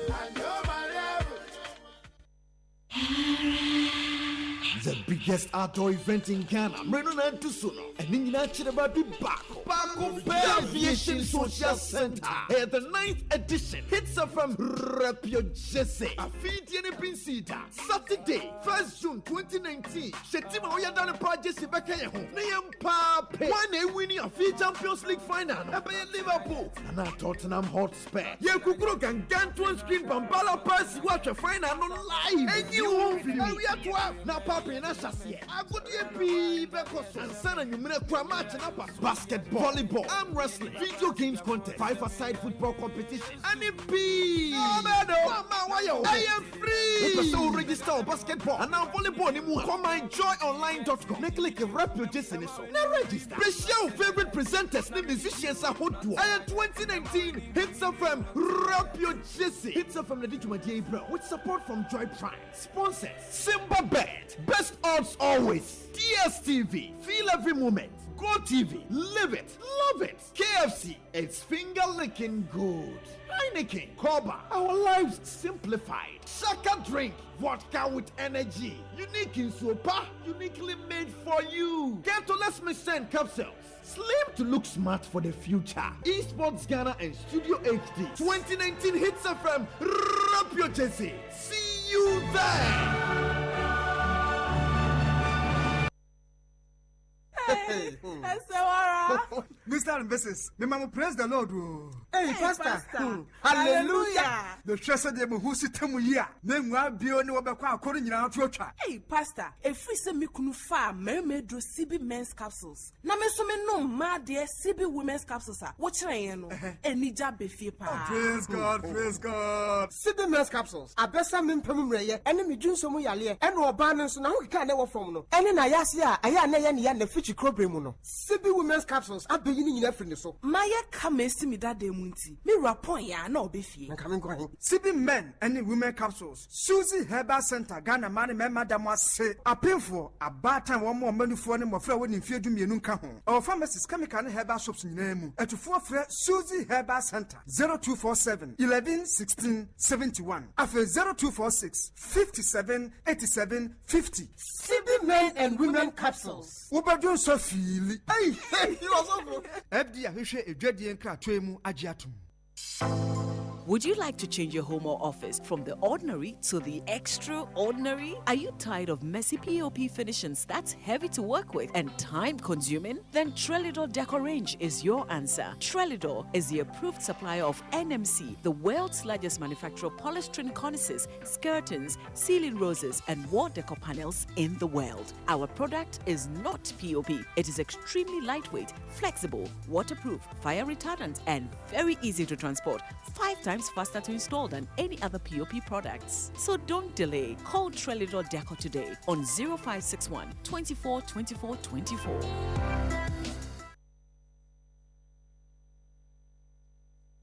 Ɛdeɛn na ɛha w'apɔmuden yareɛ bɛn na wodi ho abobo woyɛ ɔbaa a wontumi nwo anaa bɛrima a wo ho nsuo ɛntumi nhyɛ ɔbaa nyinsɛn low sperm count baba so anaa prostate yareɛ woyɛ ɔbaa a wobu wo nsa a na adane manso anaa wodeɛ obiara bɛte wo nka Zoe Fertility ne Alternative Medical Center sɛ bra na ɔbɛsa wo yareɛ yi ne nea ɛkeka ho nyinaa ɔbɛrima a wontumi nkɔ kwan so anaa wodeɛ ɛkwan ne deɛ wotumi kɔ na emu go na wontumi nhyɛ bra Zoe yɛwɔ mfidie a yɛde bɛhwɛ wo nipadua mu ɛho yareɛ a ɛwɔ wo ho biara mfidie ne bi mpo wɔ hɔ a simenum pɛ na ada wo yareɛ ne nyinaa di yɛwɔ pharmacy a nduro asɔɔto bebree wɔ hɔ Zoe Fertility ne Alternative Medical Center ɛwɔ Adenta New Site a ɛbɛn CAF International School ɛne Mechanical Lloyd ɛna edi nhwɛnimu ɛwɔ Adenta Ebri Quintimpon no so ɔdɔkɔ so yɛbɛn International Needs yɛne Nicolizi Hotel a ɛwɔ ɔdɔkɔ Terrazzo ɛna edi nhwɛnimu for 0205-363614 and 0243-239534. Zoe Fertility ne Alternative Medical Center. Excellent healthcare. Our hallmark. Hey, Mr. and Mrs. Me mama praise the Lord. Hey, Pastor. Hallelujah. The treasure de who sit temu here. Name wa bio ni wabekwa akori nyina atwotwa. Hey, Pastor. If we say me kunu fa me do CB men's capsules. Na me so me no ma de CB women's capsules a. Wo kire yen no. Enija befie pa. Praise God, praise God. CB men's capsules. Abesa me mpem mreye. Ene me dwunso mu yale. Ene oba no so na ho kika na wo from no. Ene na yase a aya na ye ne ya na fichi krobremu no. CB women's capsules abeyi ni nyina free so. Maya ka mesi mi dade mu nti. Me rapon ya na obefie. Nka me nkwan. CB men and women capsules. Susie Herbal Center Ghana man me madam ase. Apemfo abatan wo mo manufo ne mofra wo ni fie dumienu nka ho. Our pharmacies chemical and herbal shops nyina mu. Etufo frɛ Susie Herbal Center 0247 11 16 71. Afa 0246 57 87 50. CB men and women capsules. Ubadun so feel. Hey, you also. FD ahwehwe edwadie nka atwemu agiatum. Would you like to change your home or office from the ordinary to the extraordinary? Are you tired of messy POP finishings that's heavy to work with and time-consuming? Then Trelidor Decor Range is your answer. Trelidor is the approved supplier of NMC, the world's largest manufacturer of polystyrene cornices, skirtings, ceiling roses, and wall decor panels in the world. Our product is not POP. It is extremely lightweight, flexible, waterproof, fire retardant, and very easy to transport. 5 times faster to install than any other POP products. So don't delay. Call Trelidor Decor today on 0561 24 24 24. Would you like to change your home or office from the ordinary to the extraordinary? Are you tired of messy POP finishings that's heavy to work with and time-consuming? Then Trelidor Decor Range is your answer. Trelidor is the approved supplier of NMC, the world's largest manufacturer of polystyrene cornices, skirtings, ceiling roses, and wall decor panels in the world. Our product is not POP. It is extremely lightweight, flexible, waterproof, fire retardant, and very easy to transport. 5 times faster to install than any other POP products. So don't delay. Call Trelidor Decor today Asempa on FM. 0561 24 24 24.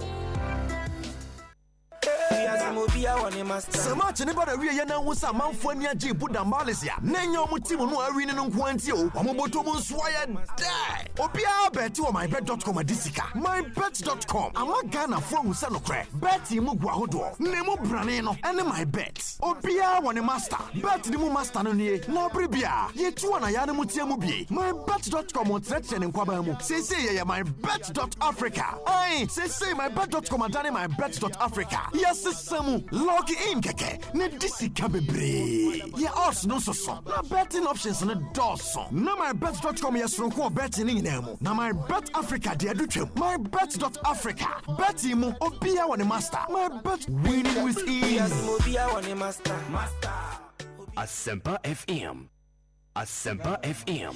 Asempa 94.7 FM so enie Kukurantumi dwumadie so enie yeguso ene ensem ade atopno so na yeguso a yesi ne koso na chas nyame asaman kese wose MPP fo mu oman Ghana nipa ewo mu ebi why wonim yenti America sa no ennes ensem a ye kan say NDC fo na ama import permit enti no chinchina bo sa ade ne bewura oman nu mu ade Asempa na MPP fo kan oman no senne situation a yebom security situation no enkoyi a enti o mpese o mo che se bambo nya kura se ne ebeye ebeble mu NDC nti ade bia yenyi ntwemu ana o mo hwe no mo nya ne o mo ye no mo nwiro man no ho kane chia Mark Oliver Kevo afam plain south incoming MP chia no mame sada so na ofoforo so de ya wode aba walanwa kwati ade ni o se ebi why NDC for the opposition take things for granted papa wunim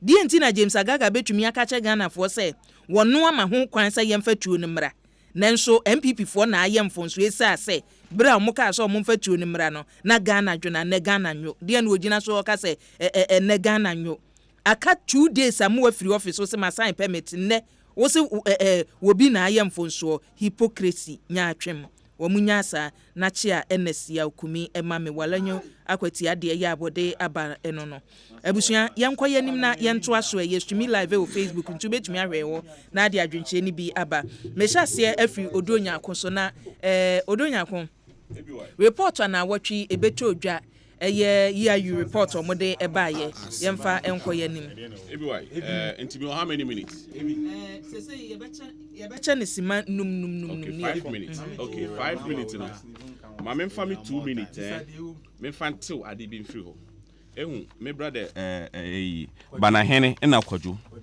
wo kasa no you see we are educating kofo our retain netefo awon nti na yete hede because we ni ho a nkan ye ni ho ma menken kan letter a honorable James Agaga Otrey or the bay or the man CID for now Ossi what your letter no on the 5th of January 2017 letter no what the Command Director General CID Ghana Police Service Headquarters Accra and heading is application for permission to import safety cartridges. Now the letter goes reference is made to MS Yatco Ghana Limited dated 8 July 2016 on the above subject meaning there Yatco for sure letter what the break Honorable James Agaga they will permit no that import these firearms on the 8th July 2016. Now let's go. This is what Honorable James Agaga's permission is hereby granted. Permission is hereby granted. FM. And we should underline the word granted. He is not seeking the opinion or he is not instructing CID to issue a permit. He has already issued the permit and he is informing. Hold on, my brother. The last paragraph. Please.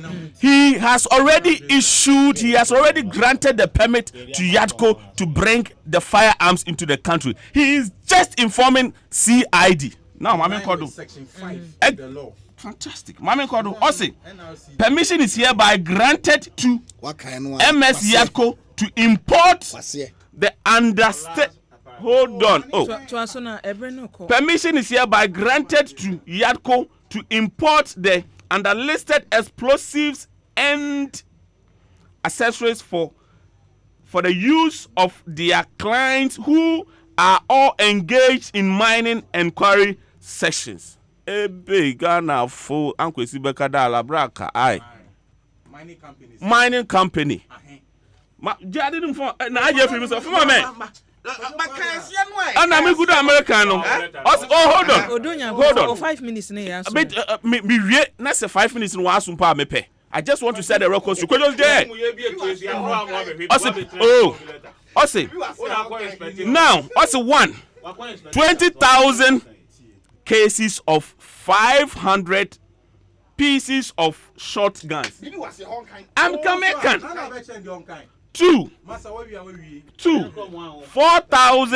4,000 pieces of hunting shotguns. 5,000 boxes of 500 boxes of the cases. Now, the purpose of this note is to request you to issue. Hold on. Hold on. To issue. Hold on. CD. Yes, request them. To issue. So it's a request. It's a request. Request you to issue the company with the import permits. Now hold on. They have granted them the permits to bring in. See, they have granted them the permit to bring in the firearms. That is one. That is one aspect of it. One permit, import permit, no one fa the number. Wakado one permit, no one fa in Zaman. Also one permit, want to import that no one fa. Now they've given them the two things. They've given them the permit. One more permit. Yakacha on your man kasa James Agaga miss one fambra. Etimon kwano one ship on one fambra. Two things. This one year the one did not. Now we set to work on the street. Memo document. But now nims Hana ba first one. Eti set to work on the street wa. Ebusia Asempa 94.7 FM. Otuya nti maye kanede. Yi me kod na oh. Eti me kod bio me twado. Na me set record no street. Si obi eti. Eti enti 2 minutes. Enti ayen economic intelligence unit. What's it? Yen MPP. Say kada ye to aba 2020 na. MPP be win. Fine. For us, onya da obama yetimu ayen dead because you believe in them. Because why ye in Juma ama nzema bebre wa kodoma yehu. And I want to wow system no for over 60 years. If my memory serves me correct. Wow system for over 60 years. And it's a when you pa na do dan Kufuado. Ono ne na bedi chi Dr. Mahmoud Baumia and na pamfo waka won ho ye adwuma. Na se what na se wa koda de we school feeding program ye kodo. Ye hwe one district one factory ye. One share warehouses a ye see. Ye hwe a lot of social interventions. NDC for 1 to 1.1 sa 1 for 1 sense wona akoko. No one share in there ayen NDC for. This social intervention we ayen ye de be an wode ne de. MPP famra na won mogun. Hwe mo wode be national health insurance. Obogu no poto ye be kwala ye lutua. Etas hwe mo wode school feeding. Obe se no poto till no nyina pansame. Hwe nne na nado dan Kufuado. Adwen papa woni trim. On also pentem. Why be reform? Why engineer? Why encourage? And this is what we are doing. Yeah, that's it. Ebusia odronya kon ene ate ne nka na ma menko bana hene so na yenko ye ni bana hene so mu. You be kan e tu ihu asem ne ye. E ade ya set record news state. Say nya de aban we onimu etu ihu bi. De omde be ye tu omde be ye oman omnim hu bi. Yi ayi no. Na otwi na abeto dwa say omo say ye to aba. Nana Kufuado ni MPP 2020 and omo kan ombesan wini na bi wa efi na so kosi 2020 ekwan wo bibia betimi asesa so ti ase na Nana Kufuado de o see ni political life no push bia ba bia favor no against President Kufuor ye kazen Nana Kufuado be din kunim wani in 2008 ya ba ye ai push Nana Kufuado is in a poll ai lead one wini anameboa 2016 nyame ya na domosi ye nso ne hwe na eno kra de year report ama eno University of Ghana for report ne ba enaja na de sell true year kro ya ye bi wa America amfa omo predict ma Hillary Clinton Trump be di anameboa eno ye baba ai Nigeria omo se Atiku be di nkunim Atiku ani nkunim eti year report no enya de ye bibi se ye holy ai sacrosanct ye mfa ne sa but NDC de ya tum ye adwumaden ye adwumaden say ye be den ye be gi power na fi na Kufuado say because omo ne homodin omo kan ye you so kan PDS power na power boy. Oh, the PDS in the John Mahama Babium. Ghana for Sufreno. A Juma power, yeah, mob Johnny in our talk, and no, I'm a TV, and I could for the coach region. What by a quine, a quine Eastern Corridor Road. What by suspended Quano? I feel there was a question me from July, Mesamba Yama. Deception, deceiving the people. One day, Yama Quano contracted that. So just say, and near Ma Baba 2 year, one for being count, and out to 2D. Would you abuse your 4D there to School of Mines, no Akofa Park Grant, why a JB Dankwa Circle. I feel crowd the curriculum I used to say, well, Kruma, they my basic school. Yeah, the JB Dankwa history near the Betch and Korea. Park Grant or another. Oh, so Nini Flip, a political tradition. Nissan na America. Uche omwa Ali Mahama Stadium we see one of you one fantono. I feel also the University of Ghana by 2 JB Danko. It only the no buy no e di tutu on na busu for in political tradition. When you man wa be. E dey ade na ye minu aba. Na na kufu ado share boss e oba. One constituency $1 million. What is here the $1 million be akọ constituency bi. Akwatia for manya mo de. Abitifi for yensan kan ye Medina yensan kan ye 3 years in here. Nke what $3 million. And now go come see a toilet. What is say I say one district one factory. Me what 3 district or factory be anywhere cause so just say o ko kan bibia o see free SHS. Say say free SHS anka ban we onye hwe.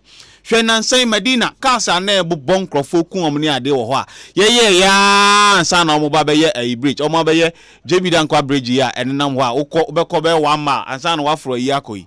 Enya asenketo ho a manfo so say eh we dey ene ebisa bridge na bridge wakofa bridge enya bridge keto kumi Nana Akufo-Addo aban we ye find corruption pa here report na wom or sick perception of corruption and kasa de aban we adware no adokro no se mwoa report in one can report no corruption perception in the report say aban corruption aban we amwo no homo den kra enunti ena o ma she da ko generate list be say from special prosecutors officer eye boche Lindo Forikwa abe deny say mfi omo hon eye one generate here from Flagstaff House.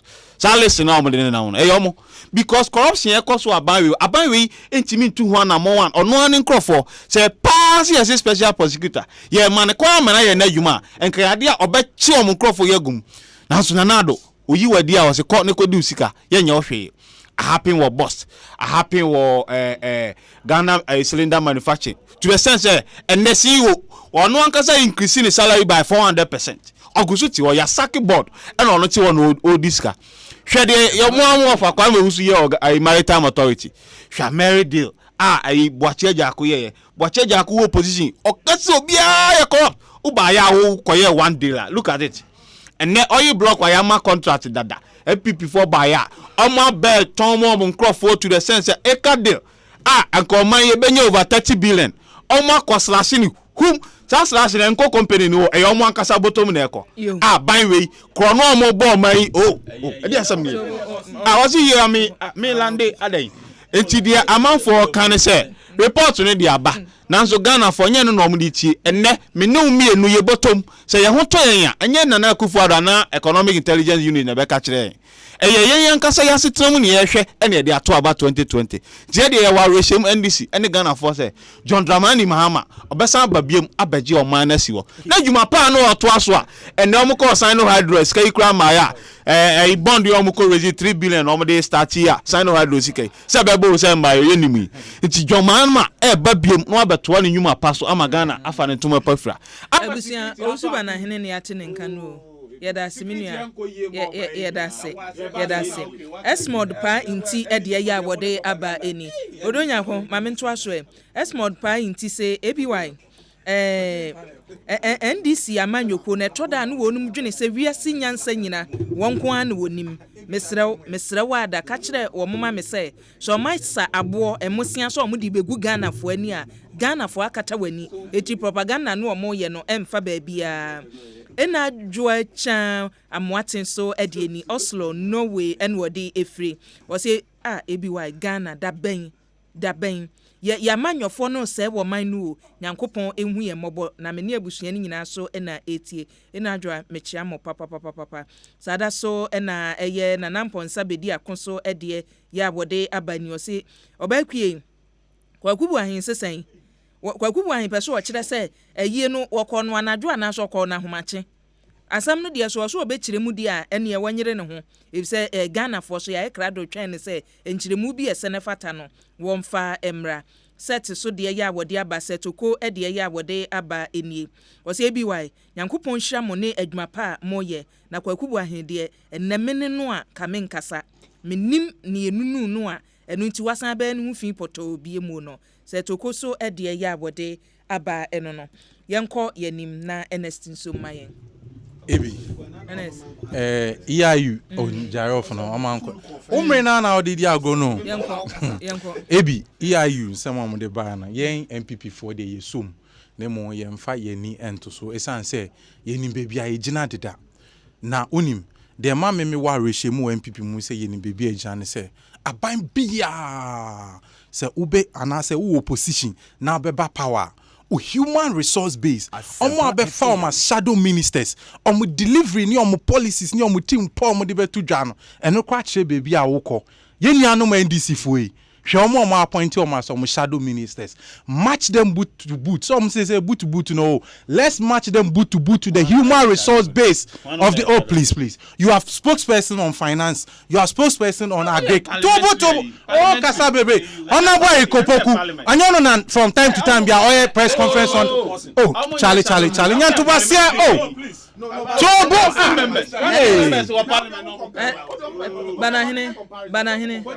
banahene nyabote wakasa wieye meba mayi wa film nyabote NDC form communicate to yense omo shadow ministers omo spokespersons for the various ministries anyway no finance say ne yehu ni say ato force in the tie kasa ewo ho eno kra from parliament na adonwo so kasa bi etu omumienu na wo kan Greek die na chese ikopoku na emum so ombeka say ye wo shadow ministers die eno CPP for na tie yesa NDC nyesa okay fine etu omo shadow representatives no Asembeni shadow representatives no mo use omo no mo kasa mo omo no o de match sa human resource no to the MPP persons who are acting in equal and same position no nehwe they are no match omo fan Asempa bi antudwa omo fa policy look manager the difference omo samo nyawda na said na dey Asempa be na omo aka o de fa agric hwe at suggestion be and say recommendation be and honorable Erikopoku dey atudwa so omo ba this is the policy they are going to pursue me tumre ache usie ye opposition no His Excellency Dr. Mahmoud Baumia or lectures go and look at the recommendations when he told them they were going to IMF they went to IMF and that NHA obia when you brese o pesa oba aban. I am showing you the difference between them and us. Human resource based nankasa ye weak. I shall monko for monamni o monsemo moka. If you look at the policies or the politics they are pursuing, and nyama ebetimi jeopardizing with the security of the state and I said the peace of the state no and numpo no mu taking interest in and that is what they talk about. You think say about one beto 2020 no Ghana for be gina nyina so ne say NDC for wo mu nipa o mu de o mu ba no mu maache mu de no Ghana for be gina so of course okosa adwuma mo be ye no okosa e ka wona say me cheche mba am for me first point am cho okosa unipa na odi o mu tu sa na nka so ma ho odin wo form you have lost the battle in advance. That's what I'm pointing out. Now let's come to project. Look, nipa na nka sa ko o mu di lenim eko esano the incompetent one your friend is former trade minister, what's his name? Spio told us time I walk around then or catch her say or see on the party for ni shall be some say a day in a more mulusu election. The first point they raise is that incompetence. The second point they raise is that corruption. And obi some say then no mo be ya NDC betimi aba power biem almost say then they have to change the person. And yen so incompetent to party for by admittance. Still amaye who say almost say incompetence and corruption. Yes, still you are bringing the incompetent one as your leader. It's a look at the second point. You've lost it. Now let's come to policies. A Juma now okay a Juma. Young compare Juma a buying way. I keep telling them NDC they should point out to us one policy say they are drink komuna ye susu in the buy and a boa Ghana for omumbo bakudin. When you ask them about development on PSU, I'm say yeah circle interchange. As if say money the first person on the interchange by Ghana. Yera Rollins time wanye interchange. Yera Akufo time wanye interchange. Obia bambia ba interchange everywhere. On one kasa President Mahama Kache say is an act of mediocrity if you refer to this. Oh, Master, when you got to your time, you should have done that. Watch out. Into compare Juma to a Juma. Look, they told us say Oti studio am ye sure say several times yenya kodwuma be catch you say ye de sika nyina akwa free education. Omuka every time they say it. See ye de sika nyina akwa free SHS. Yes, o de am see ye de sika nyina akwa free SHS. Oh, hold on. See ye de sika nyina akwa free SHS. Now how come we are constructing railway lines upway from Paga to Tema Port? Which of the projects normally in our media matching? That notwithstanding, go to all the district capitals. Go and look at the development. Acquire gutters near there. Which it will compare a Juma to a Juma crowd. Omuntimi. All the metrics no compare. They are down. It's yeah say you be depending on EIU who say you win. We know we are winning. We are definitely. Yeah, that's it. NSC akumini atene nkano. Kwajo fayewi. Kwajo fayewi. Fayewi. Na oma mimbi. Ayasa wana ayasa amenyasa. Everyone. Unim. Nyedi kan kra no. Mame enka sembi na menkyere enieba bi mu. You see, mini oduro. Enka ta no kan no. Anka wankan ankaye. Ene wapa ne to entoma anu ankasa. Apa na anu ankasa ho to entoma. Hwe everyone. Tie nie pa o. Enka ta no kan ne ni. Na we jai. O hwe enka ta no a from Ministry of Interior to friends and the police, Ghana police. Hwe tifin sam everyone we brofo tifin sam. No say application for permission to import safety cartridges. Application for permission. It's yenua ayagaga. No, please. Yenua gaga. Oh. ABY. Oh, please. Oh. Asempa 94.7 FM so eni. Ernest. Odonyanko.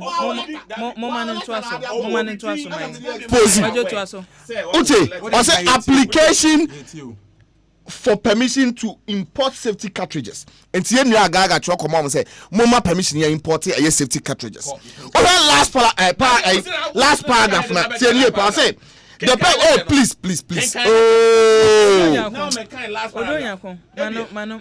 I say the purpose of this note is to request you to issue the company with the import permit. Ebi wa asama na meka no. I say letter na ye tro no, ye tro ma mo say mama company ni import permit into the issue of me pacho. Oh, please. We are requesting. Everyone, no more. No more. Beja mo munyai. Everyone, you see everyone. You see, Odonyako. Umema wokwan I've done shipping for good 15 years. Until procedure. Odonyako. I've done shipping for good 15 years. Why you shipping no? We are educating our listeners.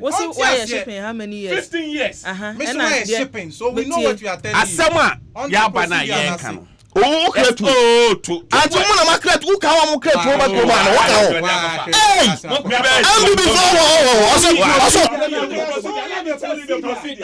Abushamfa dwencheni bi na yenkoye nim yemfa dwencheni bi na yenkoye nim adwenche ya mode aba no yemfa entwa so abushamsa muntumi nhya mo so de a ene na ya de besi ha unim banahene se akonwa ne ye de man na ntumi ntina so a no ansa ne wasi abonten eti unim odonyako wo so ntumi nka wa no ntumi a no wasi abonten wo anim se ntumi nhya wo husu bia no ebere no munyina akọ mo miensa mo awie mutumi kọ kwadwo yenko ebiwai sese no minua no matene to no krene ne se nia letter no ka ho asente sese ne na wo mo ka afa ebiwai afa yenko eye report wa abeda adwa no you see se na minua ba na hene kan no yeah NDC yes yes ekoyi a wo mo de report abetu dwan wo mo yenkofo a wo ma ye report over the years na report wo mo ye na nyani na so na ye bam no kran ne say o my report bi mfie bia be say atwam ko I bi ma Atiku die amam Hillary Clinton Hillary Clinton die and also amam what you say eti no ya mfa sa report yi say e sacrosanct na no kran ne say sisi ano nya Ghana fo be hweso mbeto aba no eye omo de NDC ni MPP betu nsanyani ni yesusu MPP ni NDC say why no buy wa be bo no homodene eti eno ho eye susudua ana Ghana fo de be susu ni ato aba ma ni awon pese obedi eye abanya in 2020 eti ene ye kasa susudua no a Ghana fo be bi sase why na wo ba be di abanya o ka se me de me mo besia na me de Ghana resources aye wo ha ne be develop eye kuroi na please na buy wa bobesia close to the year no ba bobesia 81 billion na 81 billion no wa bobesia every why ye hunu eya patampo ayabo please high school everyone na say everyone na say kaya sa wona ni ye everyone o sa ni me Asempa 94.7 FM so eni ebreno enya aswan sa me so monfa monko na mentimi ntwa medwuma so odonya ko ne mo ye no mu disturb me keke mu disturb listeners tie eye na wo kasa guhi ma yi wa firi mu nti wo kasa guhi Oyena Okasagu, you are just making the day keke. It's everywhere. Near can I say Ghana for baby say. Time one hour before Benjano. No mind security in some net saying. Time oh please. Time before Benjano. Now yet me bo man for to a chrome. A young for to me bold up post demo. I could bop post for to a yinko for a free. Me patcho a yinko for free prisoner. Now a man for it to me bold court. What the court to dear drum. Near you free a court one. Say Ebusian enia yeti ye Kwajo Dankwa en yete nenkano embani for medamase NSC Akumi MPP communication team akwatia ena wode efri sada so ena bana hene so NDC communication team oka ho Kwajo Dankwa NDC ena eye Odonyako MPP mesemo munye di mame na eriku se kwada dia se ede ya me pamcho mumpie mame wa muntumi nye dia mumpie mame na mintumi conclude me dwumadi no aha eriku se kwada dia se happy sabbath enko emma watiefo nyina ebi wa na NDC ni hypocrisy ne de no na wonumu wo mu no permit no so omo omnye omo na oma ya omo nkama Ghana for ente fa wa azama saman o se ebi wa mechia wa no pay na NDC de hwe omo kohunu nsuo wa tifia na omo ba na afo abebisa se hwan na ahunu nsuo ni owo mu anu no stable GH so ede we fitema wo se NDC nya atwem no na obum no amisko spelele so de ya abode aba wo se ebi wa hwe NPP amanyoko no yebo waba so ene new executives awoko yiwon ebo new regions no omunyina so yeta wo machi ni obeba bia no MPP fo aye krado se wonumu ebesom ama niema atumi akoso nanamponsa bedi akon wose ebi wai mitie James Agaga enra na anensam o kan ye no se ye permit no atwemu na o mayi asomwie wom on de on kekan kosa na ne o kan menhu adwen kora abode kan kwasi we no so adieni wo se eniema nyina da adi pefe se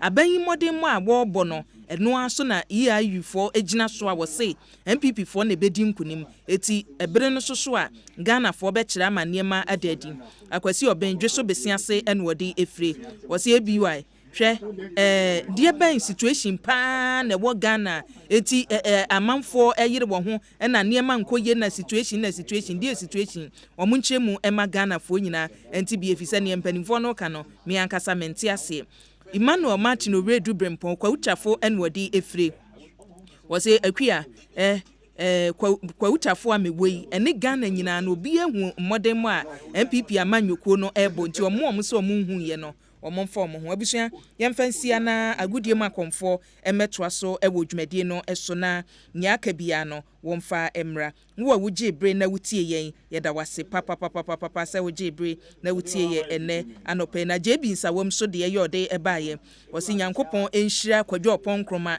ewo niema wada na die enobruwa so de ye awode aba wose ebi wa metro free ahyesu ye wo akuapem south mansi no mu na NDC de e wo se Ghana fo suro wo papa wonu mu wia de ni wia no abegina ncha awio so na ehye wo botom eti ne wo ye no wonhwe na wonyae Same Boache Samu Adofo ani Opoku Boache ne amodi abani nyina yebre no aso eti yemfa esia na wotwe senne na yatoa so e de afia seda nkoma mi producers Dominic Kisiyeboa Kwakuchum Justin Tiamwa DJ Yayu executive producer ene Nana Yenchi Kwadade ena neso wobamua ene beboa streaming live wo Facebook edemame Gifty ena eso me asene ena reporting live from N1 Justin Tiamwa ono na ene wodi ne deda highway kwan no so achi a won so de ho report ba no abusia adamu nyina ase odomfo nom no nka ye ho na wotwe senne